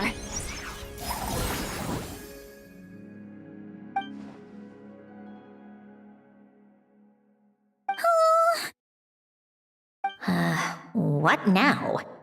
Is that it? This is exactly why I deal in math, not magic. How are we supposed to know what stage the spell is at? It's like there's no logic to speak of. Mechanical science is so much easier to...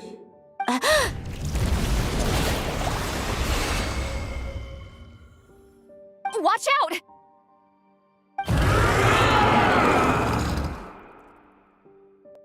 Hey, you! Or whoever's inside of you. I need you to listen to me.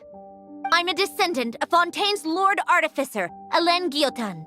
I can make you whole again and return you to the ley lines. You just need to work with me here.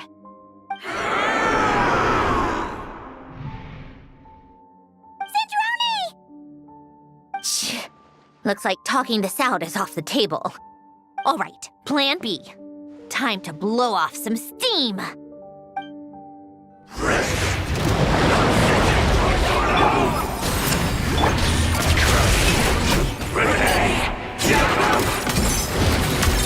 You're cursing out the wrong person!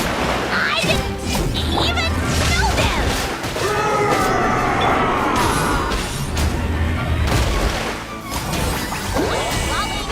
Papa, get him! Come on, keep up. A spot of tea time entertainment. Take a break.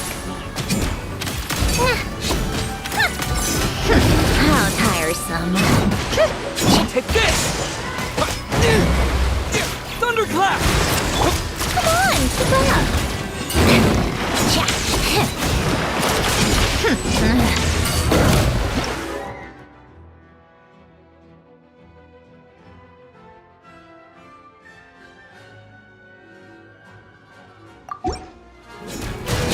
Show no mercy! You two! Time to end! Let's test my hypothesis.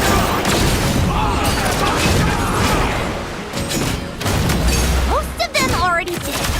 But you still have a chance to return to the ley lines and reunite with your family. Just work with me here!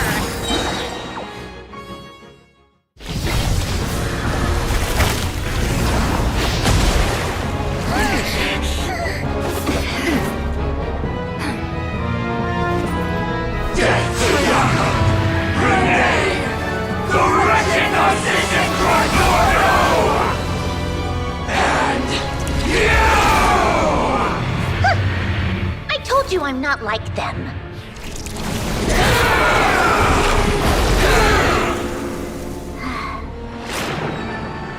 I'm stronger.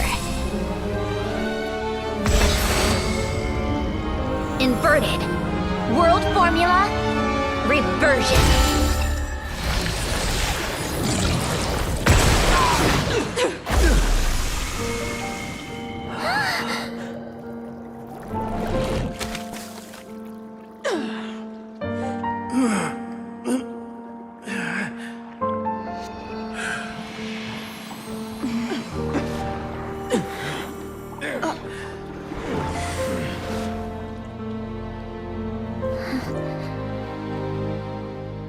Be at peace among the tides. Lost souls.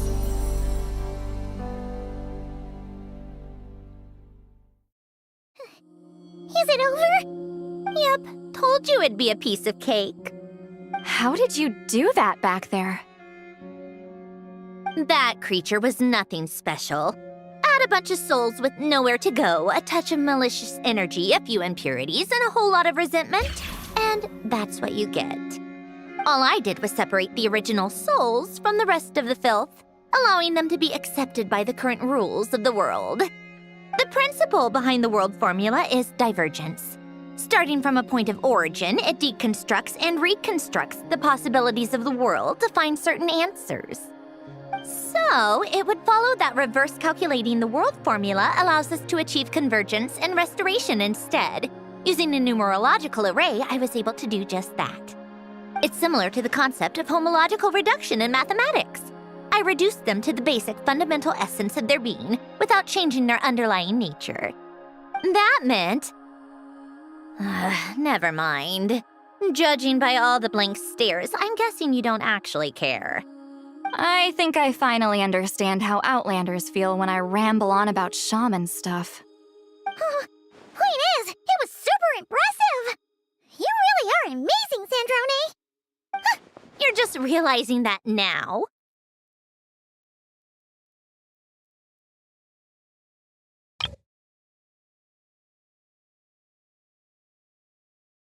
Ahem! Enough about that!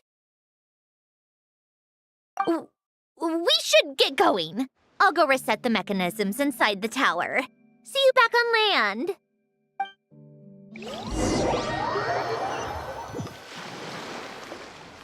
Well, that's one old mess for the books. Glad to have that over and done with.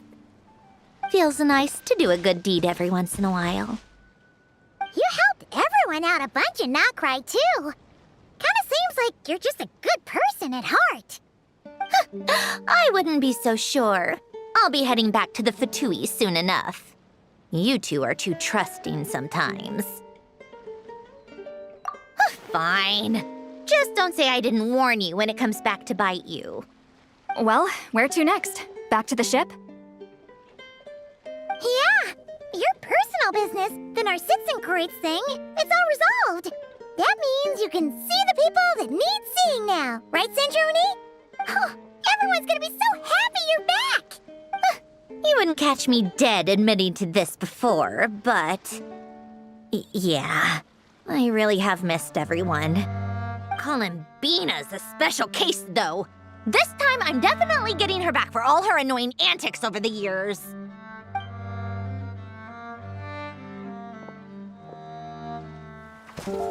She'll sense me coming from a mile off. How am I gonna...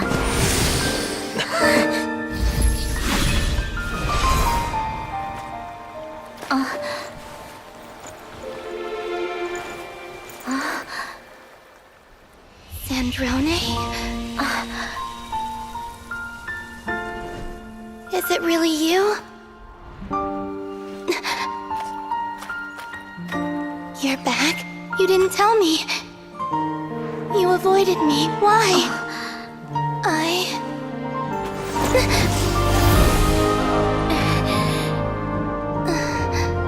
Sandrone? Now we're even. I missed you so much. That makes one of us, idiot. I'm here, Columbina.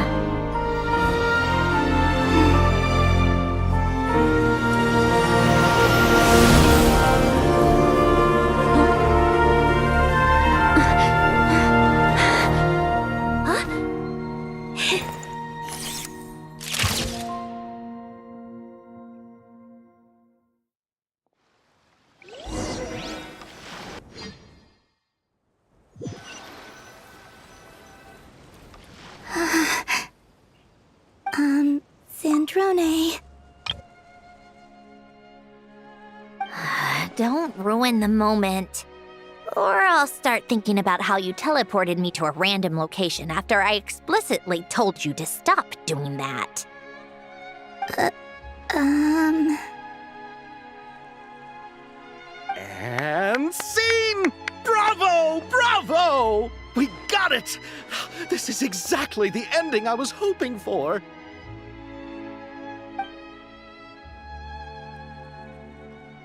Huh? Where did you just go, Miss Columbina? You vanished, and then the next second you were back hugging this, new friend here.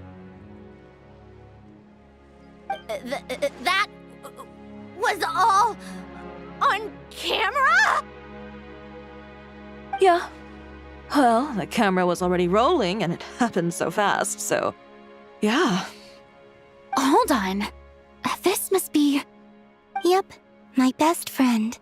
The one I was looking for. I never thought I'd actually get to see her again. I'm just... so happy. Plus, the film got a happy ending too. It's all thanks to you, Sandrone. Sandrone? You couldn't stop being annoying for 1 second? Columbina!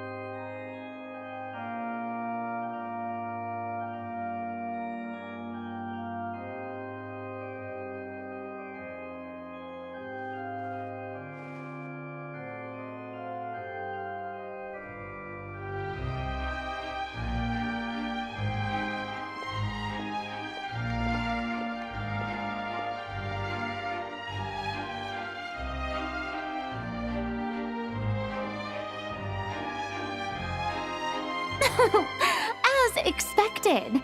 Going to the opera house is the true way to enjoy a film. You get to see the audience's reaction in real time, too.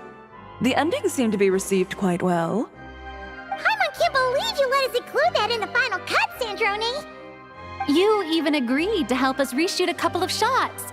Thanks a million. Most of it was caught on camera already, so it's not like I had much of a choice. Besides, the film I'm in is going to be anything less than perfect.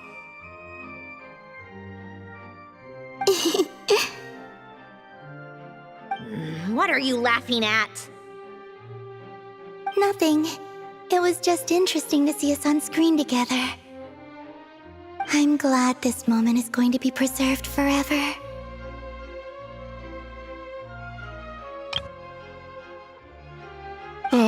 Just a pity we didn't take home the Furina award this time around.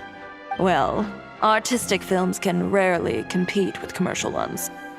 You should have prepared yourself for this the minute you changed the script. True. Oh, did I hear someone mention the Furina Award? Come on, don't gloat. I won't. Our crew winning the Furina Award was a team effort after all. Costume design, script adaptation. Ooh, and the practical effects were so realistic.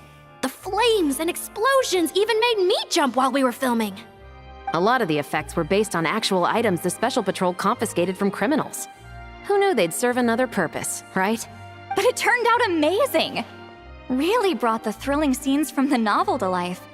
Fontaine's film industry is seriously impressive. Which film did you vote for, citlali? Isn't it obvious? Great Detective Herlock, of course! That's the whole reason I'm here! You all should be proud, though. A lot of critics are saying really good things about your film, too. Longing and loss, searching for something even after it's gone. It's a film that makes you think about life and how important it is to explore those themes. Well, that is what the art of storytelling is for. Watching a film with friends is so much fun! There's so much to talk about! Ooh, let's throw a celebration later then! We're all old friends. Oh, we could find a place and chat to our heart's content. How about the wingulette? That's perfect! Friends and family are more than welcome too. So if you want to bring people, don't be shy. You all can head over first and make yourselves at home. I'll bring over some refreshments in a bit. I just have one more stop to make first. Can I come? Fine. Not like you'd listen if I tried to stop you.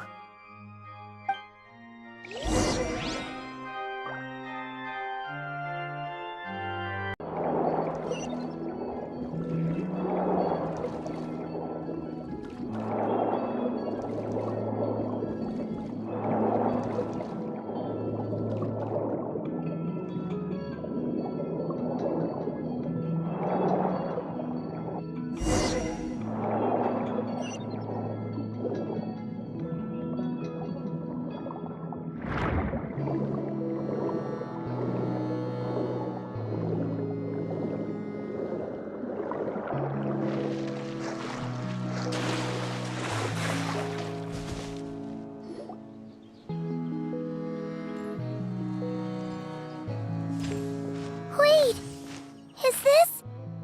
Yes. Here lies Lord Artificer, Elaine Gaeltan. This is his grave. Oh. I'm sorry, Ellen. I'm sorry this is the first time I've been back since leaving Fontaine. I should have come to see you more often. I got your gift. I even cleaned up one of the Nartsitzenkreuz Ordo's messes along the way. Our home is just as quiet and warm as it always was. The flowers in the garden are still thriving. I'll make sure to tend to them more often from now on. Polonia received irreparable damage in battle. I should have taken better care of your invention. I'm sorry. Polonia was family to me. Just like you. You always said I was a fast learner. But I'm not so sure. It took me far too long to learn the things that truly matter. I never said this to you back then, but thank you for creating me, for giving me the chance to experience life. Being your family meant everything to me. Absolutely everything.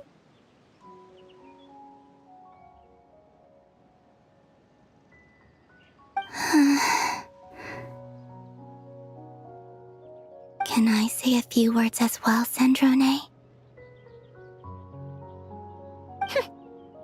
Don't need my permission. Hello, Mr. Guillotin. I'm Sandrone's friend. You don't need to worry. Sandrone is doing great. Not only is she a brilliant scholar, she's made a whole bunch of friends, too. And she takes great care of them. As if. She'll never admit it, but she's always there when her friends need it the most. I wouldn't even be here without her. So, if she ever needs help, her friends will be there in a heartbeat, including me. That's what best friends are for. Columbina. What else? Oh, she likes drinking bitter coffee, listening to piano music when she can't sleep. Turns out she even likes giving hugs. No, wait! Don't tell him all that! Huh? I don't understand. I didn't think you'd want to hide things from him. Well, yeah, but there are still things I don't want to say. Okay. I'll come by myself and tell him for you then. That's not what I meant! All right. Enough with the speeches. If no one has anything else to add, let's just leave it there. Should we say a few words too? Kinda seems like Columbina said it all. Oh, great idea!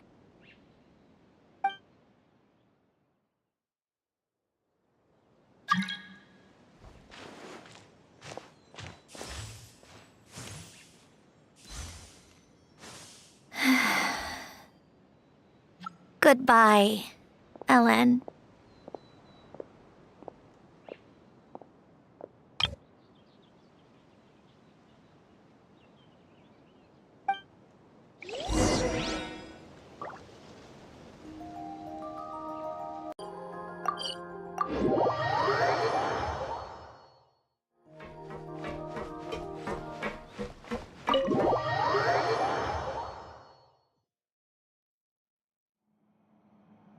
You made it! The party's already started. Oh, but, you didn't bring anyone else along? I thought you headed out to invite some friends. We did invite a friend, actually. She'll be here soon.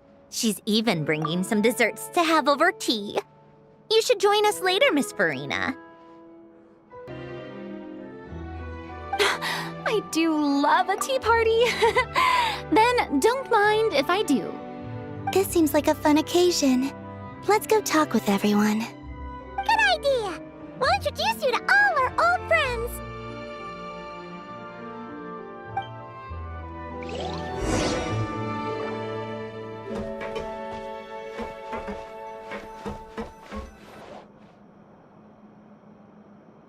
Wait a second! Mr. Baptiste and Veronique! You're here! Friends of yours? Veronique is the prop manager for Musketeer Pictures, and Mr. Baptiste is the author of The Two Musketeers. Yeah, former prop manager. Now we're just two criminals serving our time. Thanks to Duke Wriothesley and Nurse Sigewinne looking out for us. Not too bad, actually. You make it sound like I'm giving you special treatment. I just think the method of justice you chose to pursue is one people can respect. You are far too modest, Your Grace. The only reason we were even able to come to the surface for the festival is because you fought for it. It's also just good for the physical and mental health of the prisoners in general. Anyway, I suppose I have you to thank for keeping the winglet in such good shape. I never knew she could look so striking. I didn't do anything special. It was mostly the Traveler and the others. Don't sell yourself short, Miss Guillotin. You are the current captain, after all. In light of that, I have to ask, do you mind if I leave up some of the installations so the people back at the fortress can also enjoy the aquarium? Huh? Like I said before, I just think it would be good for the inmates who clean and maintain the winglet to see their work put to good use. Besides, maintaining an aquarium is sure to be a lot more interesting than scrubbing rust off the walls and deck. Oh, of course I don't mind. I'm grateful you even want to keep it. Great. Then it's decided. That's amazing, Sandrone.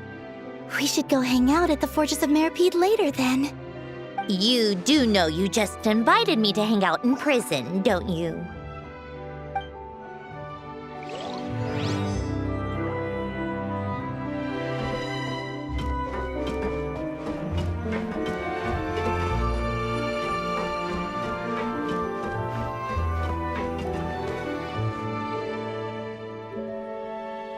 You made it. Sorry for starting the celebrations without you. No worries at all. We're just glad everyone's having such a great time. Oh, right. You've probably seen them around already, but let us introduce you for real. This is... Miss Columbina and Miss Guillotin, right? We saw the film you were in. It was so touching. Yep. This one started bawling her eyes out right next to me in the theater. I know. I didn't bring nearly enough tissues. Thanks. We saw your film, too. I memorized all your names. Oh, guess we can skip the introductions, then. Our effects were pretty over the top, right? Some of the extras in the big scenes were actual members of the Spina di Rosula. So basically, your contribution was creating realistic-looking chaos. That wasn't the only realistic aspect. Miss Chevres and Miss Emily were also kind enough to lend their expertise on criminal investigations and forensics. Oh, it was nothing. I was just honored to take part and help out. Wow! No wonder your film turned out so good. You basically had an expert in every field. Talk about a stacked crew. Oh, speaking of, want to join in on a round of tabletop troupe later, Miss Columbina and Miss Guillotin? I mean, what better place for a party than a party? Here we go again. That sounds interesting. Yes! Persuasion successful! What about you, Miss Guillotin? I guess one round couldn't hurt. Critical success!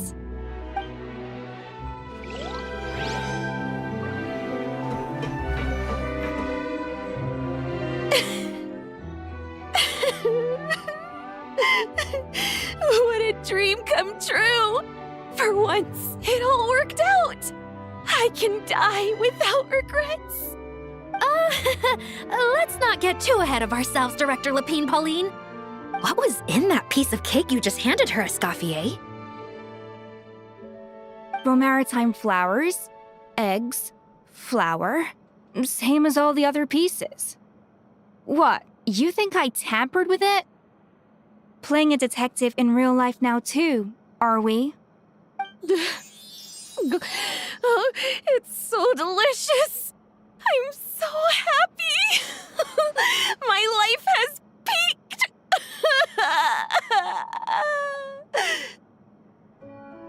Miss Lapine Pauline, look who I brought!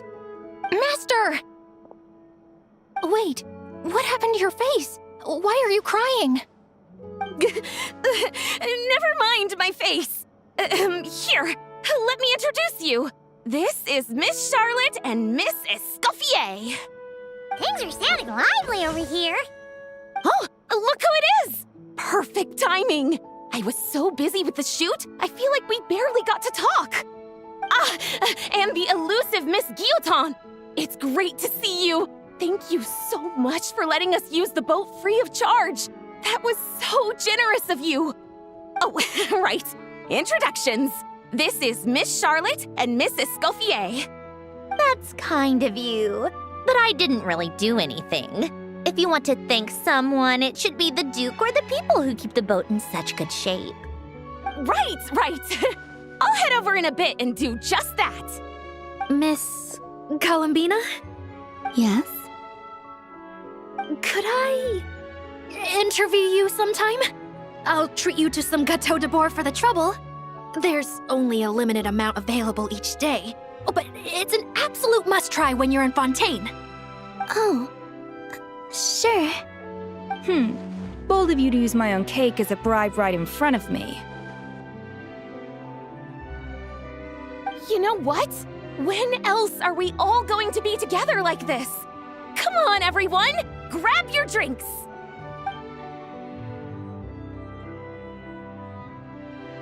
Are we going to toast? Yup! Come on! Sante!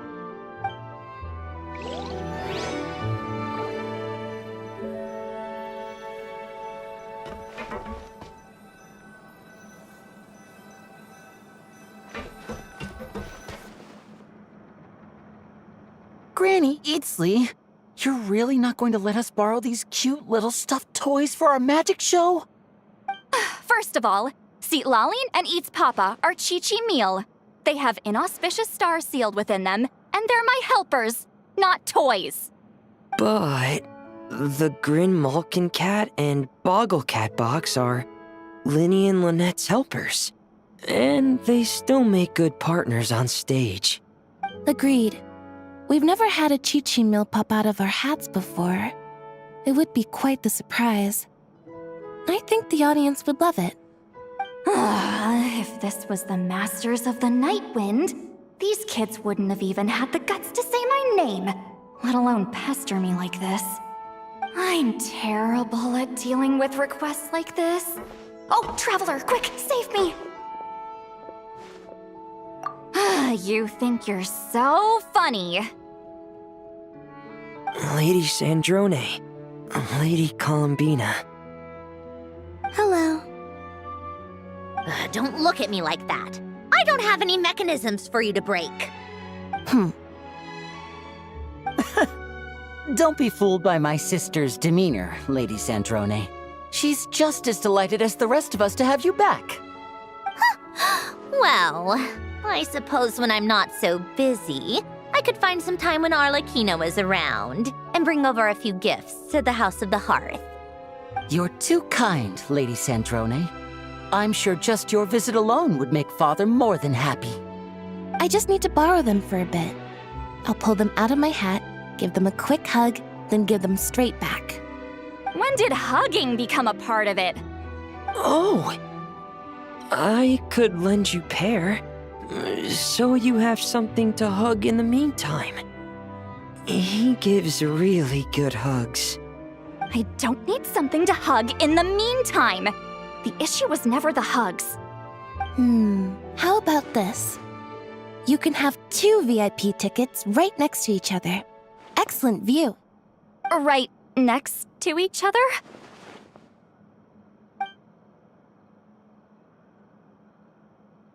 Yep, super quiet. No one will bother you. I'm sure you'll have a great time. Fine.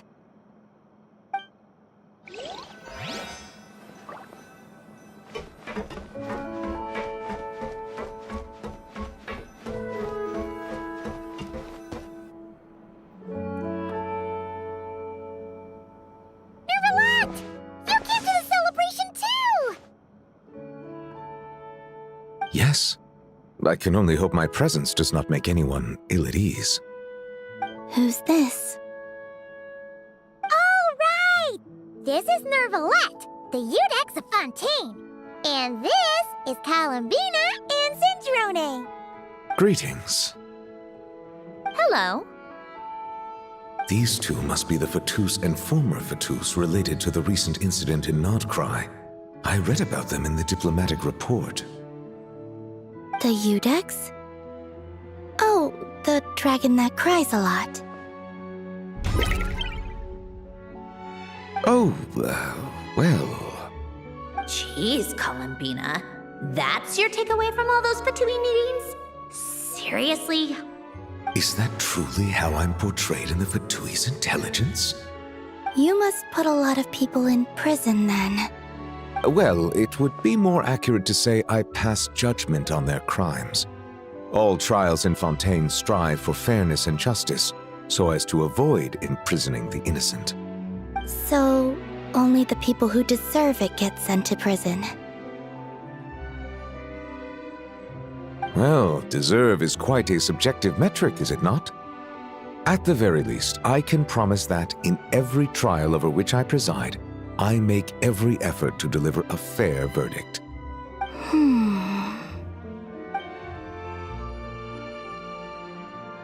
Yeah. Oh, for the love of... what is she doing now? You seem like a good dragon.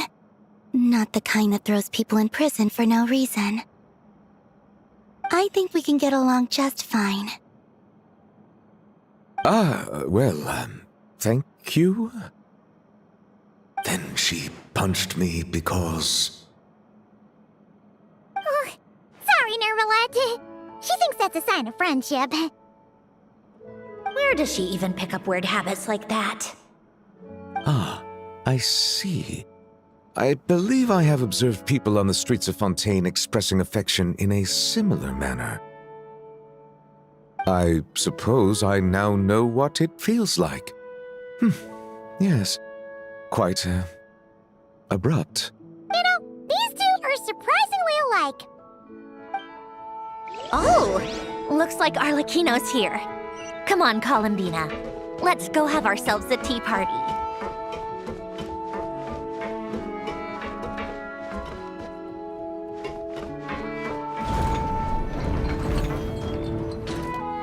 Well, it's been quite some time since the three of us gathered to drink tea like this.